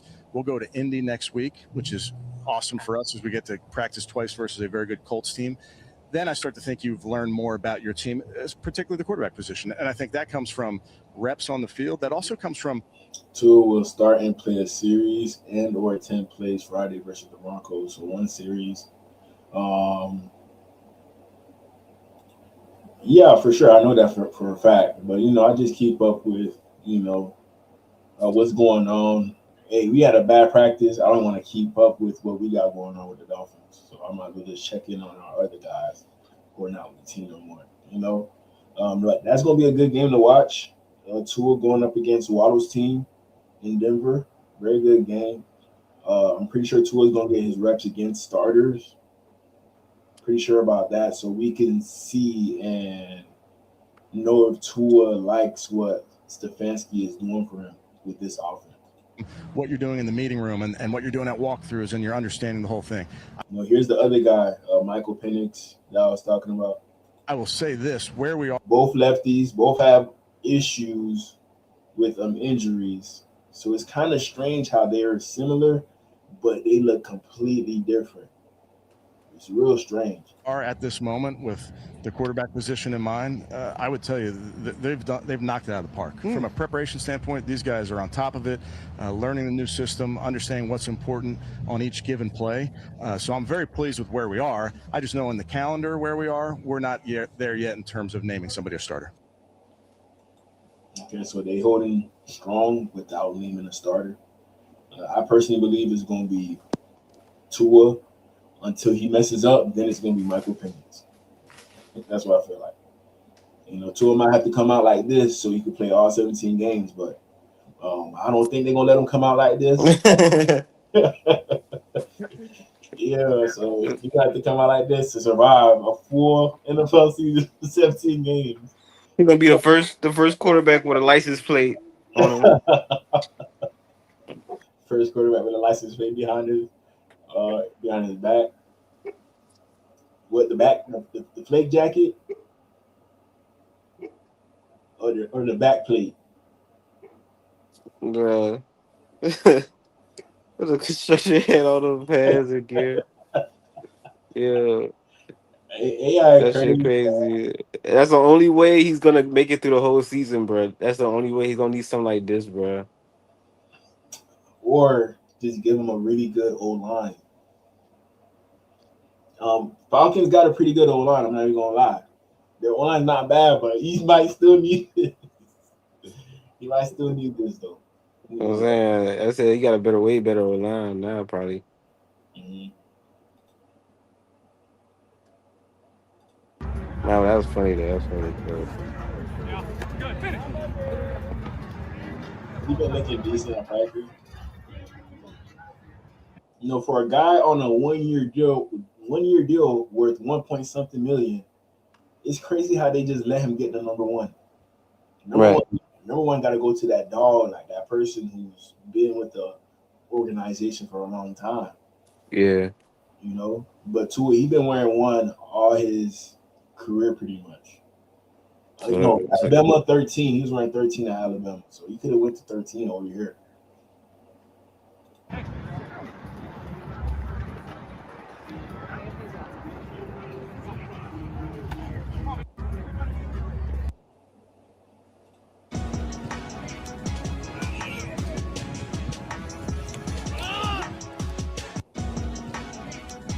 Tua to Charlie Warner. Top 5 quarterbacks in the league. Patrick, Tua, Lamar, Dak, Baker Mayfield. That boy home Top 5 bored. You might as well hop on a live stream with us, bruh, and just react to the Dolphins practice. Not saying that. He put Tua in his top 5 quarterbacks. Hell no. Tua's got You said Tua is top 5 quarterbacks. Yeah. You got to. Y'all on Bonds, he don't do him. That's like, cause the thing about it, people will say like, oh, sometimes quarterbacks be having favorites. Mm-hmm. So at that point, bro, you gotta like, even if he's not your favorite, like, I mean, if he ain't his favorite, it's like, shoot, you my favorite. You don't do me all these bombs, bro. Shoot. Nah, but Tyreek had good years with the Chiefs too. So You said what? Tyreek Hill had good years with the Chiefs too. Yeah, for sure. That's what I'm saying. But he gotta be like up there for sure, like top 2, top 3 for sure. Quarterbacks in the league. Patrick, Tua, Lamar. See, told you. In that order. Patrick, Tua. Dak. You said Lamar? Baker Mayfield. Yeah. Oh, I mean, well, he didn't play with all them dudes. That's what I'm saying. But he put Tua in there too. Tua don't. Tua shouldn't be in there, but he said Tua. It is positive because you look at the film, you look at everything. It's basically Mike and how he's seeing things and how the defense is reacting to him being a lefty. I think it's unique with with me being a lefty as well. And then also like when we're installing too, like it's an install for lefties for the most part. So that's also fun. So what about the third string quarterback? The third string quarterback is not a lefty, right? Let me look at the depth chart. Falcons depth chart.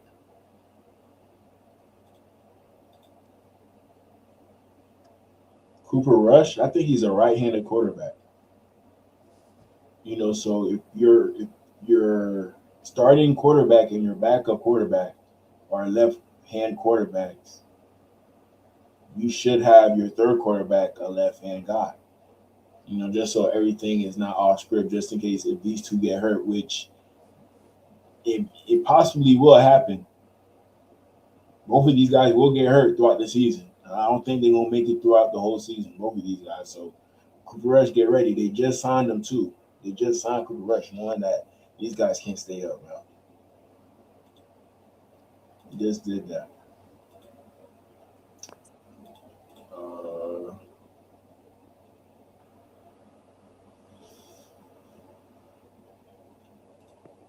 Yeah, I would say it hasn't been as difficult this year, just because, as I've said in prior interviews, I'm not on social media. Like I don't have any of that. And then outside of that, like I go home, I see my kids, whether I throw 5 picks. Hold on, what happened? Yo. Yeah, I would say it hasn't been as difficult this year, just because, as I've said in prior interviews, I'm not on social media. Like I don't have any of that. And then outside of that, like I go home, I see my kids, whether I throw 5 picks or 5 touchdowns, we win the game, we lose the game. I get to come home to my kids. He's happy regardless. You want to know when he said this? When? He said this after a game where he threw 3 picks.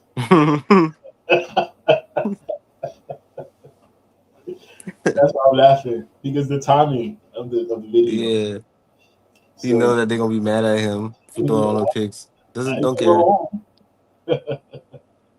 Bro, I was down laughing when I seen this, bro. Happy to see me. But I know how some people are. They don't like to dwell on the past. I'm gonna wait to see what the Dolphins do tomorrow in regards to how I could judge them. Right now I can't really judge them based on what happened today. Hey, look at this photo.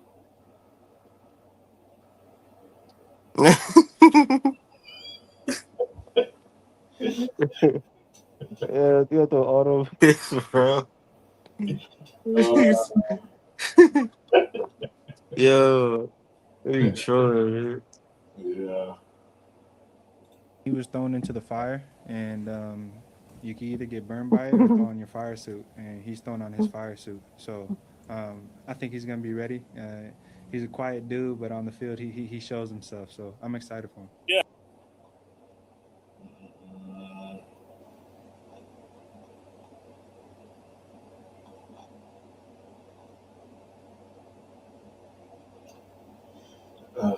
I'm gonna stick off the Tua commentary. Because I know people getting their feelings about Tua, so I don't want to stick on this for too long.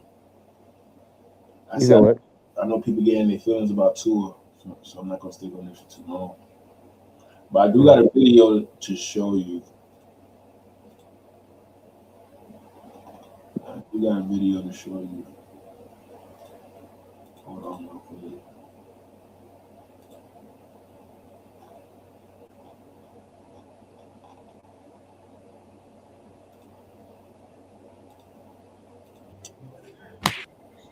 So you know where Sam Houston is, right? Sam Houston? Yeah, Not was it Texas? I think it is. No, this is the football team. The football team dropped this video.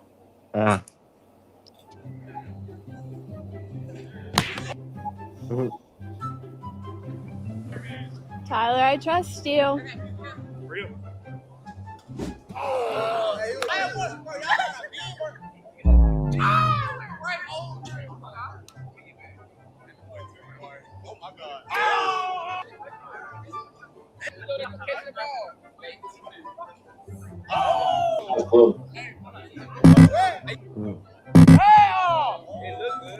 I would have.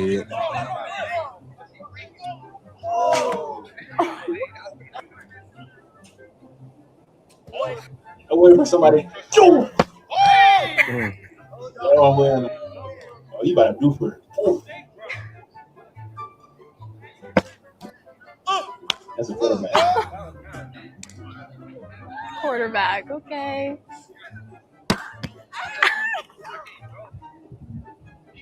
Oh my God.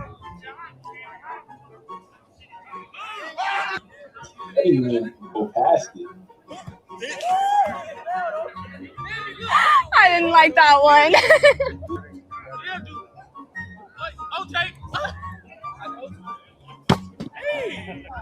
Quarterback. Let's go, man.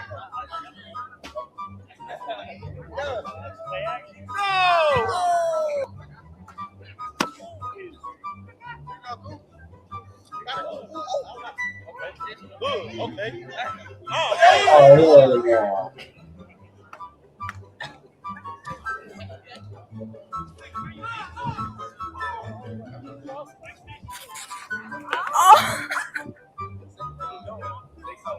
Oh my God. And he still can't make it. I'm remembering this. You think college teams should start doing this?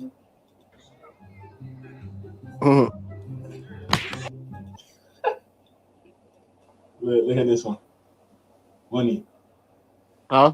Look at this one.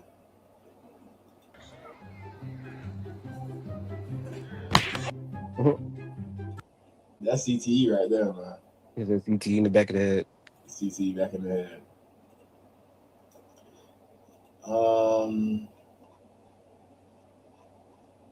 Any topics y'all want us to talk about?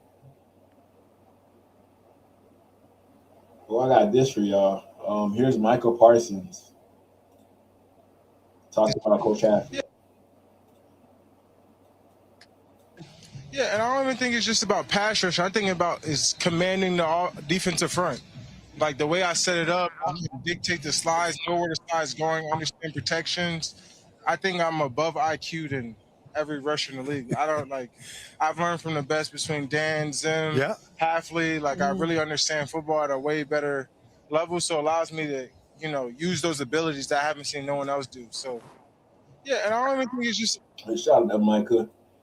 Showing praise to Coach Halfley in regards to him as a coach. He was his defensive coordinator last year when they made a big trade for him to go to Green Bay from the Cowboys. And we're hoping that, what Halfley taught Michael Parsons, he can teach Chop Robinson so he could play up to that standard that Michael Parsons played for the Green Bay Packers before he got hurt, because he ain't really played the whole year, because of the injury, but he really had a really good year in regards to pressures. Jack of all trades, he could line him up anywhere. Anywhere. I'm trying to find some clips on him so we can see how Halfley used Michael Parsons, and we could mold it into how we can use that with Chop Robinson. But first, let me show y'all this video.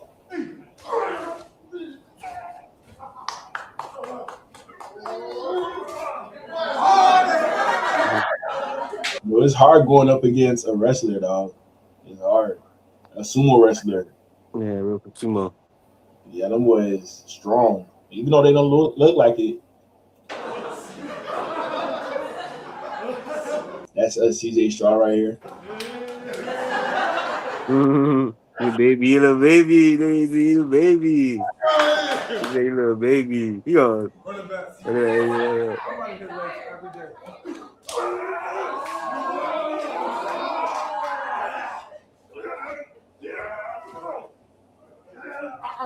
That boy's what? That's Mm-hmm.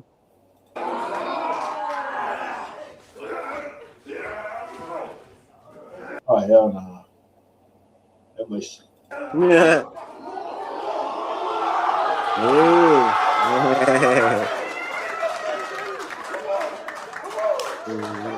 It would have been impressive if he like flipped him.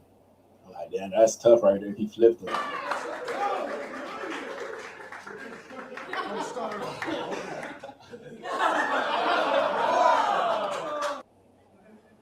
That's pretty good. Man, if any one of y'all know him, give me his contact. Mm-hmm. You need to be playing O-line. I'm saying. Yeah, if you go hold up Michael Parsons like this, you need to play O-line in the NFL for sure. Little boy, he's a little boy. I know Bombay. I know Bombay. Baby.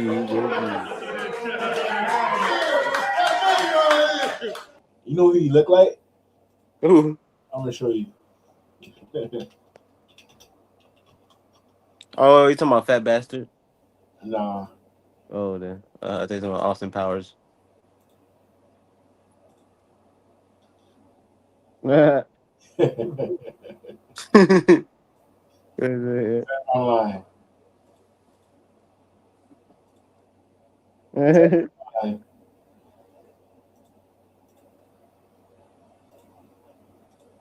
I don't see the difference. It's the same way. But Majin Buu, he was one of my favorite characters on Dragon Ball Z for real. He was.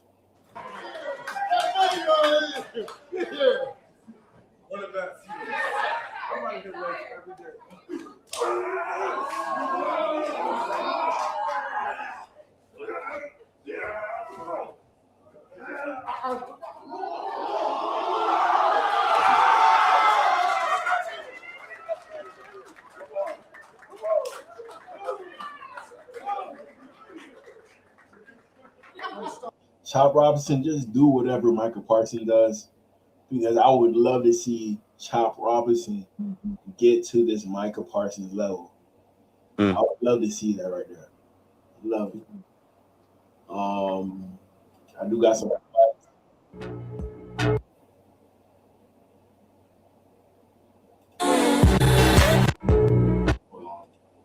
This is him against Laremy Tunsil, one of the top tackles in the NFL.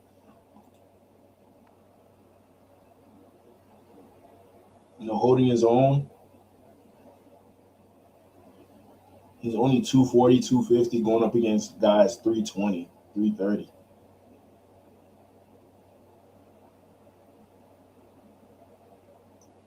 You know, he's stronger than he looks too.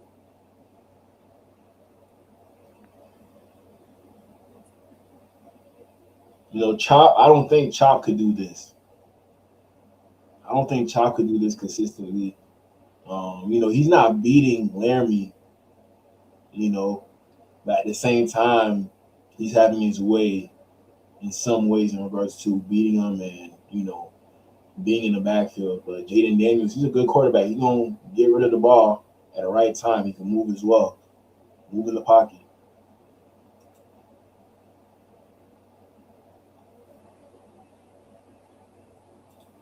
Ooh, I ain't gonna lie, George. I'm getting sleepy low key. I might have to. I'm at 10 minutes. It's about 10 more minutes. Yeah. I'm trying to see if there's any other Green Bay highlights that we can use.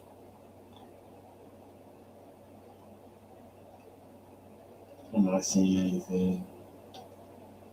If there's anything else y'all want me to touch base on, just let me know in the comments. Let me know in the comments. We're going to end it around 2 hours. Right now we have an hour and 50 minutes.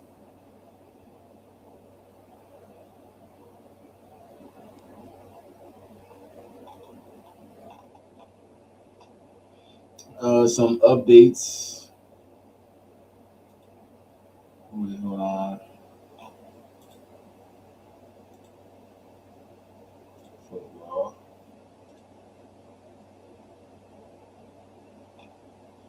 The 49ers are signing former Raiders running back Zamir White.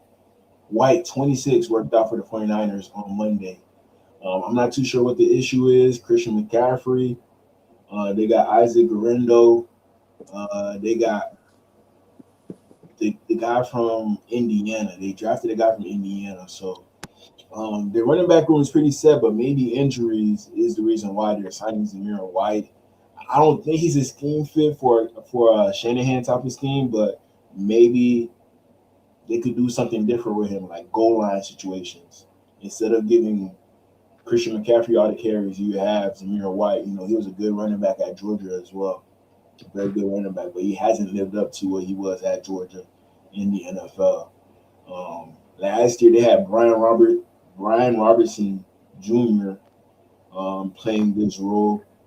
He's on another team now, and they brought in Zamir White to fill it in. So, hey, we'll see what happens.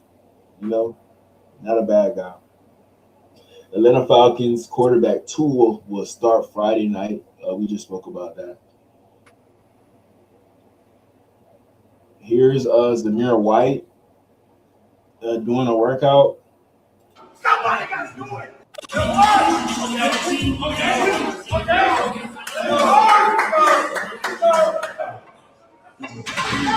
Somebody got to do it.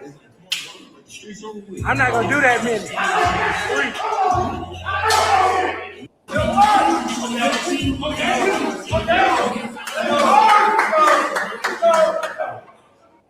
That's a lot. Curling 45 like that? He ain't really curling it though. He like dang near almost hang cleaning it. Bro, I can't even hang clean like this. I can't even do this. I can curl 45s though. Like I could do that. Somebody got to do it. I'm not gonna do that many.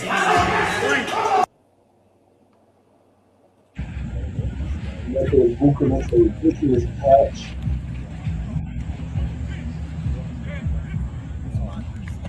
Ooh. Shoot.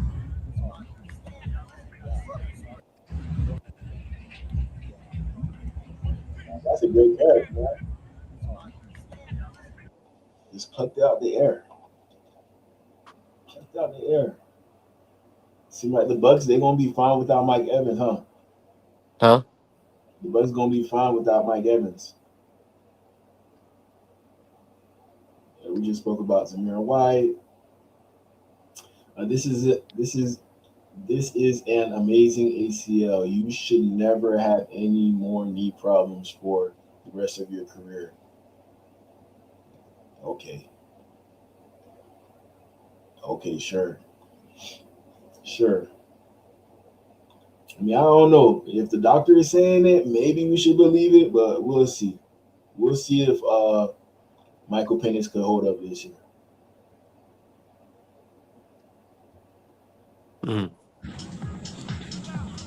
Terry McLaurin and Stephon Diggs are top what wide receiver duo in the NFL. I give him a top 10. Ceiling, I could see him being top 7, top 8, but nothing past that, in my opinion. Nothing past that. Number 1. Huh? You said what? Who you think number 1? Jamar Chase? Probably, yeah. Jamar Chase, T. Higgins. Probably. But CD and George Pickens as well.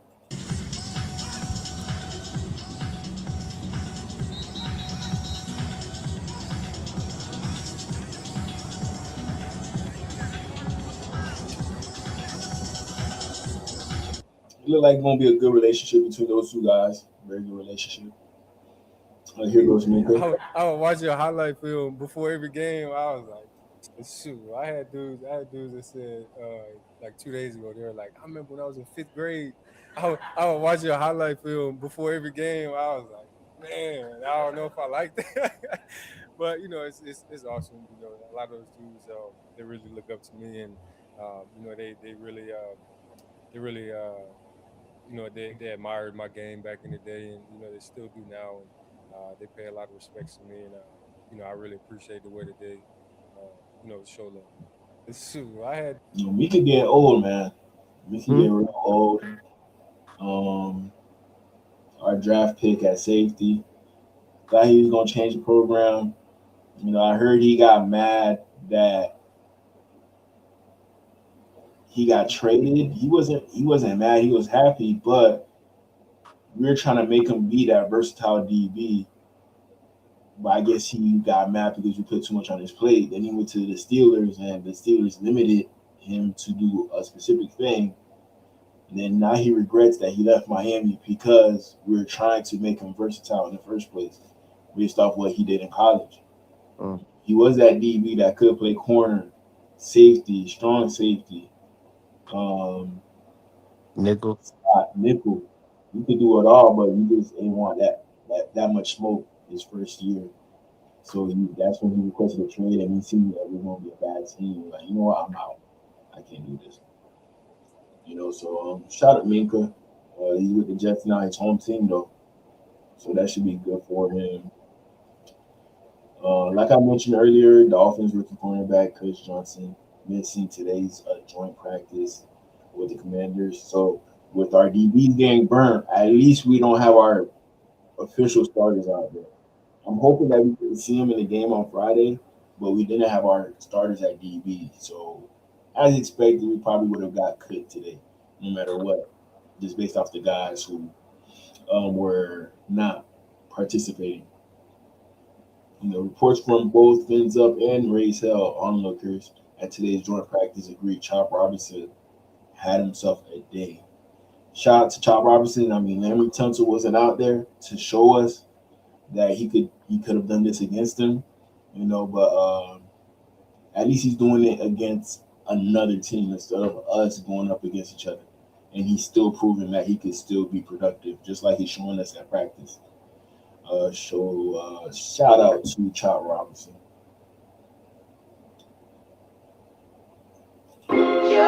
Jalen Hurts.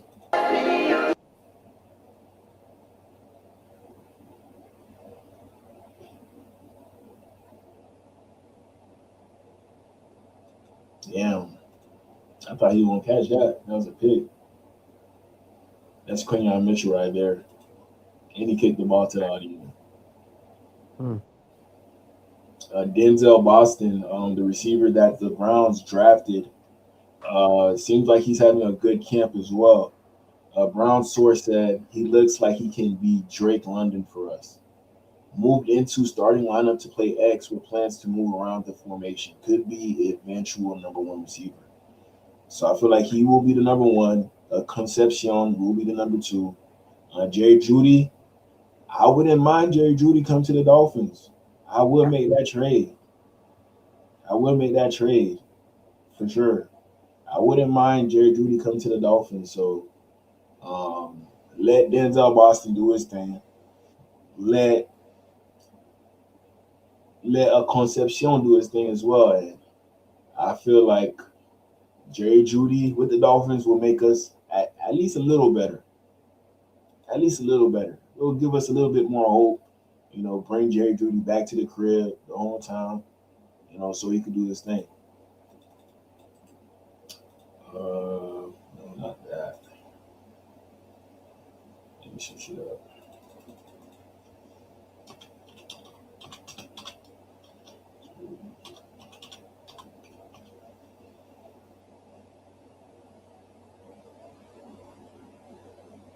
Let me see.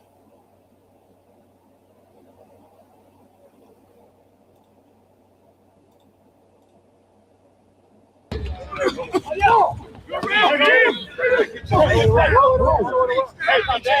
that's Elijah Moore. But like I said, Jerry Judy from the crib.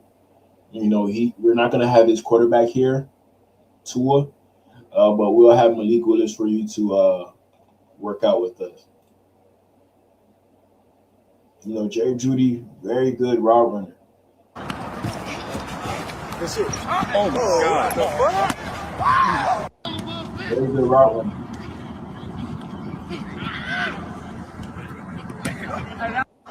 So you think Malik Willis can't throw to this? All we're gonna ask you to do is separate, Jerry. All you gotta do is separate. You bring Jerry here. We have Tutu on the team already. Bring all the boys from the crib back. Bring all the boys from the crib back. That's it. Oh my God.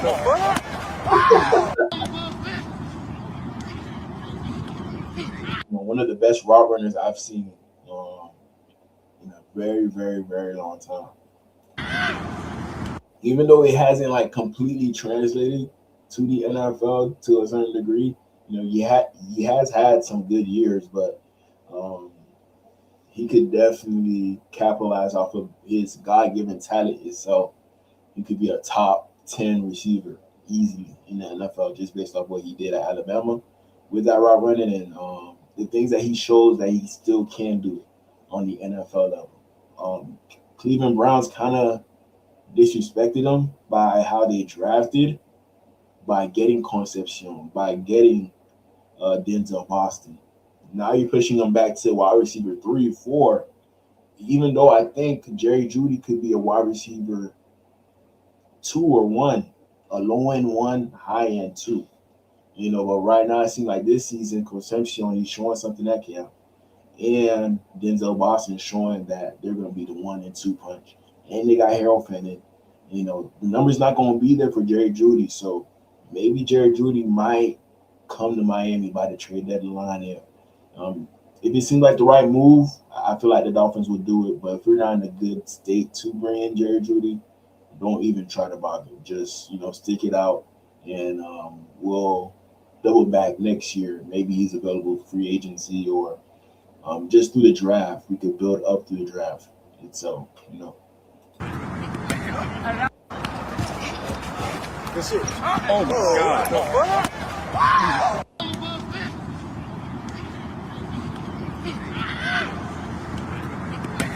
Bring Jerry Judy back to the crib. Y'all let me know how y'all feel about that. He went to Deerfield Beach. It seemed like they went to Georgia to play Grayson High School.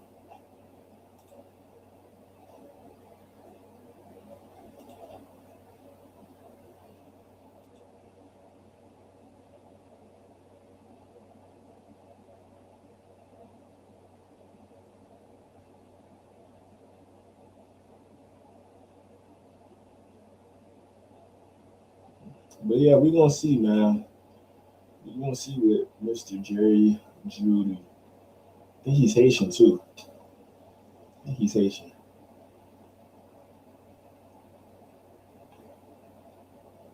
But y'all not saying nothing in the comments. Oh, I gotta show y'all this. Gotta show y'all this.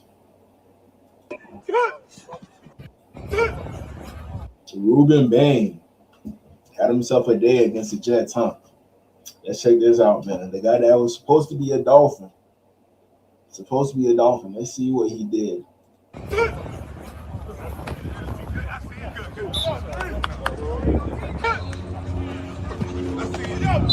Oh, that was David Walker. Okay, David. Ooh, nice move. Ooh. He tore his ACL last year. He looking like a new and improved person. You know, he got the brace on the knee, though, still. Get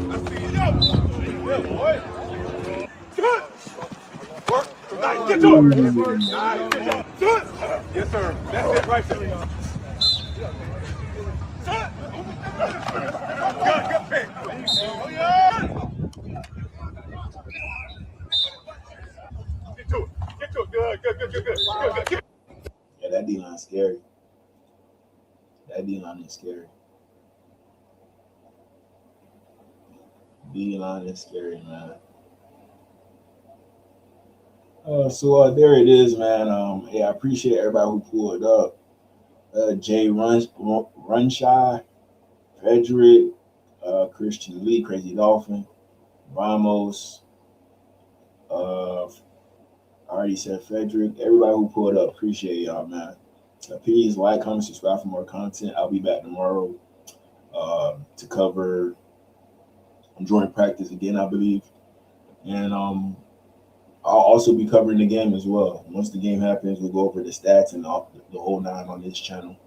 And like I said, if you're new to the channel, please like, comment, subscribe. We at 6,700. We're trying to get to 7K. And then eventually 8K, 10K. You know, that's the main goal. Y'all follow me on my socials. It's up on the top of the live stream. And we could definitely, you know, see the growth in regards to what I got going on with this. And I got my social media company that I'm running. And I'm also working with ESPN or whatever. Got a lot of stuff that I got going on. But yeah, I appreciate y'all, man. You already know what it is. It's DGE, Dolphin Gang Entertainment, and it's your boy DG.